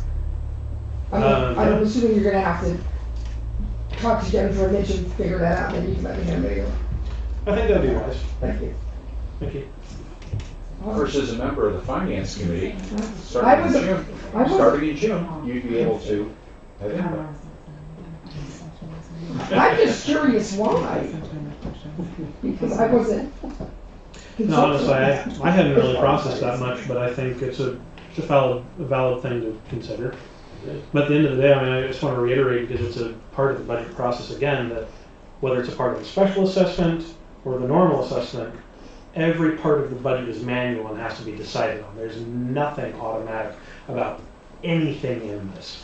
A special assessment has the assumption, I think we can semantically assume that, oh, that just means a one-time thing, it's going to roll off. I think that's a fair thing to assume, but nothing is automatic in this budget process. Every year, a new budget is made, decided on, and sent to the membership for a decision. In normal practice though, you don't have a special assessment every year. Normally they're for, one-off situations that can always happen. I would absolutely agree with you. That's why I was asking, because in my mind, it was, the 94,000 is a one-time cost, so it would be part of the one-time assessment. I think that's a very valid question. Thank you. Is there anybody else? Can you elaborate, because didn't capture in my mind. When you say that, because we're changing the way, the voting timeline, how does let's say Shannon decides she's gonna run for the board, and she submits in June or whatever it is, how does she then become part of the budget process? Because she's not gonna be on the board until November if she's elected, and the budget is voted on in November. So how does this new process allow prospective directors to be part of the budgeting process? That's the question. Does that make sense? Yes. That makes sense. I don't know. Are we answering That's a good question. Are we answering questions? Yeah. I've actually considered the I don't same know. thing, and how I always took it was, like for instance, when I got involved in the community, I sat in on a few finance committee meetings before I joined finance. I was a part of 2 committees before I put my name in to be on the board. I feel like there's a little bit of like testing the waters, getting involved that should be done by members. I mean, this is just an opinion, but I would think that if you want to run for the board, that you're gonna show up, kind of learn what the budget. I mean, to learn how our budget is created and where all our monies go is a process. It takes months, and that's why I understand why the membership might be confused with all of this, because we've had this conversation many times. So I understand we just kind of throw it in a member's lap. They're like, whoa, this is a lot of information. Well, they have that opportunity now. What I'm questioning is how. I'm not disagreeing that we should change the cycle. I'm not disagreeing with that. I'm just trying to understand how that makes it any different for her participating in the budget process. Because we still have that opportunity now with voting in August. She can come to finance committee meetings in March. I'm just curious how. Maybe I'm misunderstanding. Now that I'm processing a little bit what you're talking about, it does kind of make sense, because if our budget process for, or how it has been, starts 18 to 12 months prior, it's much different than, hey, we actually have 5 months of actuals from this past calendar year that we are affecting next calendar year for. It's a shortened process, so I think it just shortens the gap. It doesn't necessarily mean that, they couldn't have a say in the budget if it stays the same, but it shortens the gap between that timeline. Like there's a lot more weight. I think it was just the wording was wrong. I hear your concern. I just didn't understand it. I'm fine with it, I just didn't understand it. Any other questions, comments? Yes. For the sake of people online, if people could announce who they are when they're speaking, that would be very helpful. Nice. We had a response from Mr. Skelly, said are the budget and dues separate votes, but it's entirely up to you how you want to do. The budget and dues are essentially one and the same. The budget is the budget. That impacts the funding that we can operate on. Yvonne Moore, Resolution 2019-11-02, under special meetings, says special meeting can be petitioned by members in good standing having 10% of the votes of the association. Can you clarify, is that 10% of 1,355? Can you repeat that one more time? Sure. Yvonne Moore. Yep. Asked about Resolution 2019-11-02 under special meetings, says special meeting can be petitioned by members in good standing having 10% of the votes of the association. Can you clarify, is that 10% of 1,355? Yes. That is 10% of the membership. Yes. Mr. Waterman? Sir, a member was asking why I was doing so much talking, and so I think if you would explain what you had asked me to do earlier. Yeah, absolutely. So, to be completely frank, this past week with Thanksgiving and everything else, I mean, I'm exhausted. I haven't done enough talking to myself in the car, driving up, trying to practice what I'm going to say in this also. I am not well rehearsed tonight, and Mitch and his team and our board have collaborated on much of this. Mr. Waterman is a good presenter. I trust his judgment, especially in the things that are already well documented. I asked that, hey, can you please help me out, because I'm going to be doing a lot of talking as it is. I don't want to be the only one talking tonight. Would you mind helping walk through the voter pamphlet? And so the bullet points that are online listing out what every measure does, or what, it lists out all the stuff in the voter pamphlet. Mr. Waterman and his team and all of us collaborated on that. He was the one who primarily typed that up, so I felt it was fitting for him to explain what was already typed up and what we're already aware of. Are there any other questions or comments? Yep. Yvonne Moore. If it is 10% of 1,355, does that mean member resolutions presented for annual meetings requires 135 signatures? The new resolution. The new resolution, yes. For bringing new resolutions forward, yes, they require that many signatures. Okay. And then Mr. Skelly just wanted to know, because the RCW, then the dues and budget being 1 will pass, since 50% plus 1 won't happen. Is that, I'm not quite sure how to read that. So then, because of the RCW, then the dues and budget being 1 will pass, and 50% plus 1 won't happen. Is this true? Can you reread that as well? Wait for the door to close. There are a few people moving around. Okay, go ahead. Okay. So then, because of the RCW, then the dues and budget being 1 will pass, since 50% plus 1 won't happen. Is that true? We can't possibly speculate on how many voters are going to turn out to this election. Whether that many people are going to show up, it has historically not happened. However, I feel like an issue this large will bring out, I would certainly hope, a larger turnout in our voters. So, if 50% of the membership plus 1% say... Plus 1. Plus 1. I'm sorry, he said plus 1. What did I just say? 50% 50% plus 1 person. So he says, One person. may I? Yes. 50% plus 1 person. Yep. Well, let me finish that thought. So 50% plus 1 member in the association must reject this budget per state law for it to not be ratified by the membership. Actually, Okay. Yeah, can I comment on this? Mr. Owen. Well, there's not on this, but that's just for the budget. Correct. Now, the resolutions are a simple majority. Correct. People need to understand that. All the resolutions are a simple majority.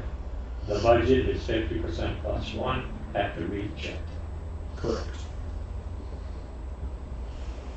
Actually, was there more? Yes. Denise Rasmussen. House typically raise assessments annually, 5% per year. So to raise the assessments 25.9% and have 2 special assessments in 1 year's budget is quite aggressive and shouldn't be sought after in 1 year. It doesn't, it looks like more of a comment, not a Thank you for the comment. Did you say 2 special assessments? This is House, I'm reading this as it's written.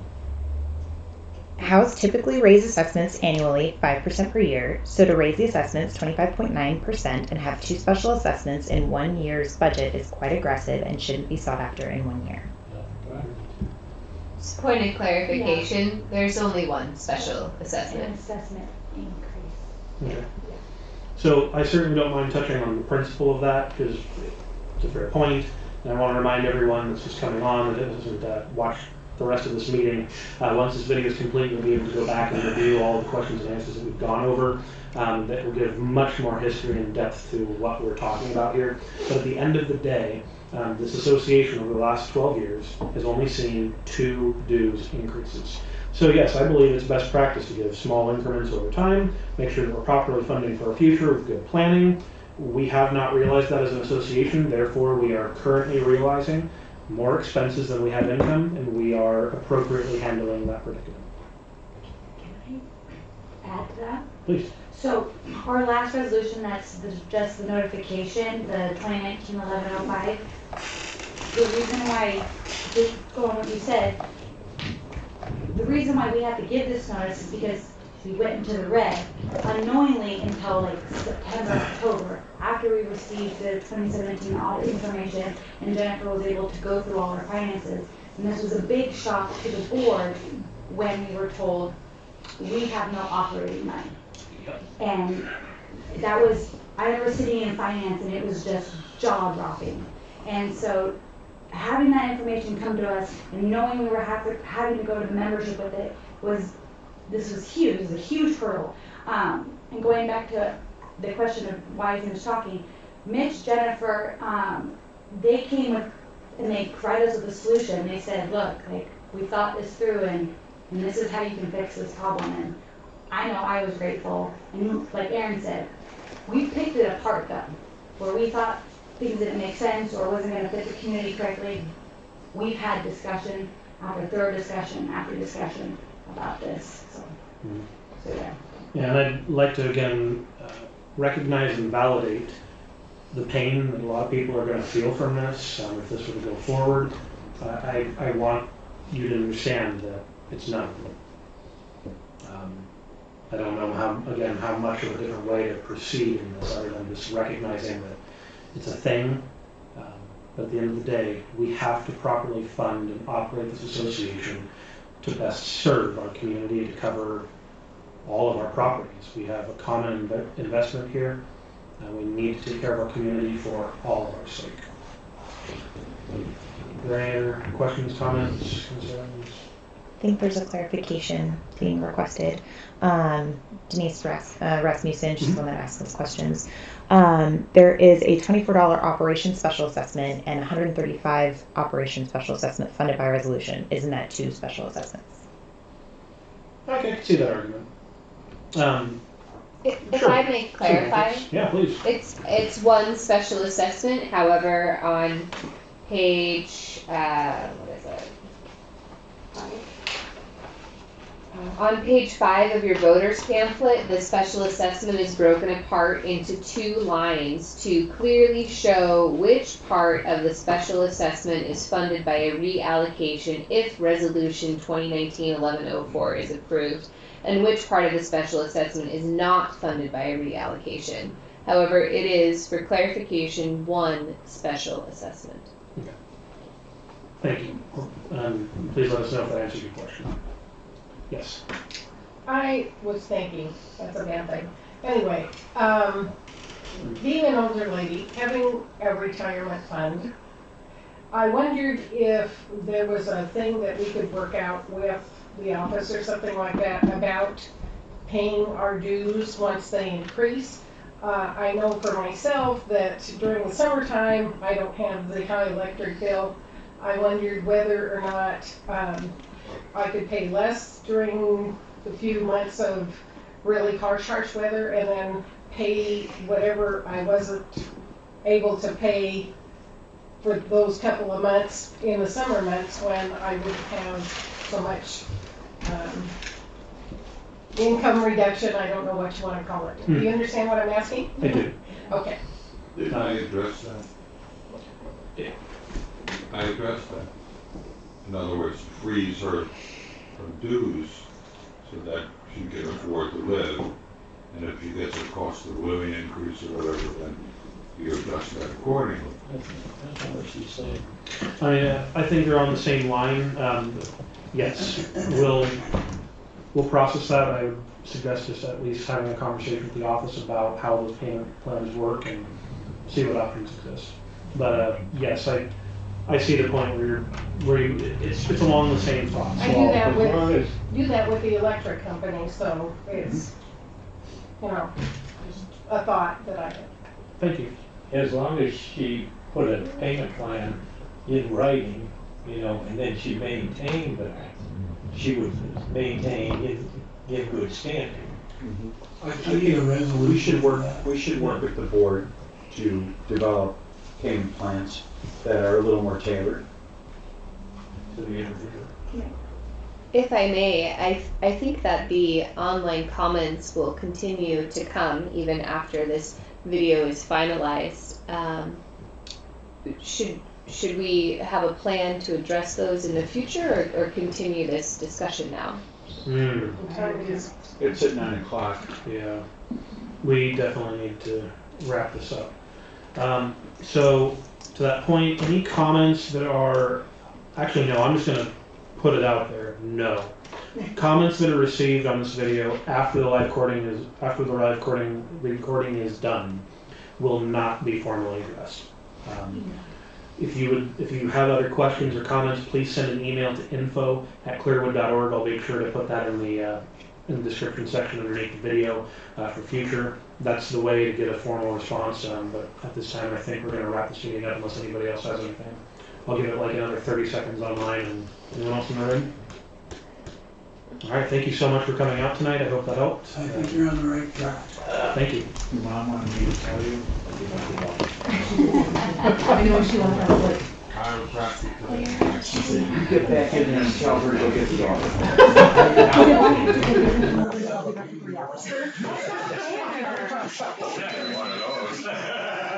You have to be my drinking buddy, 'cause now we got permission, we can drink.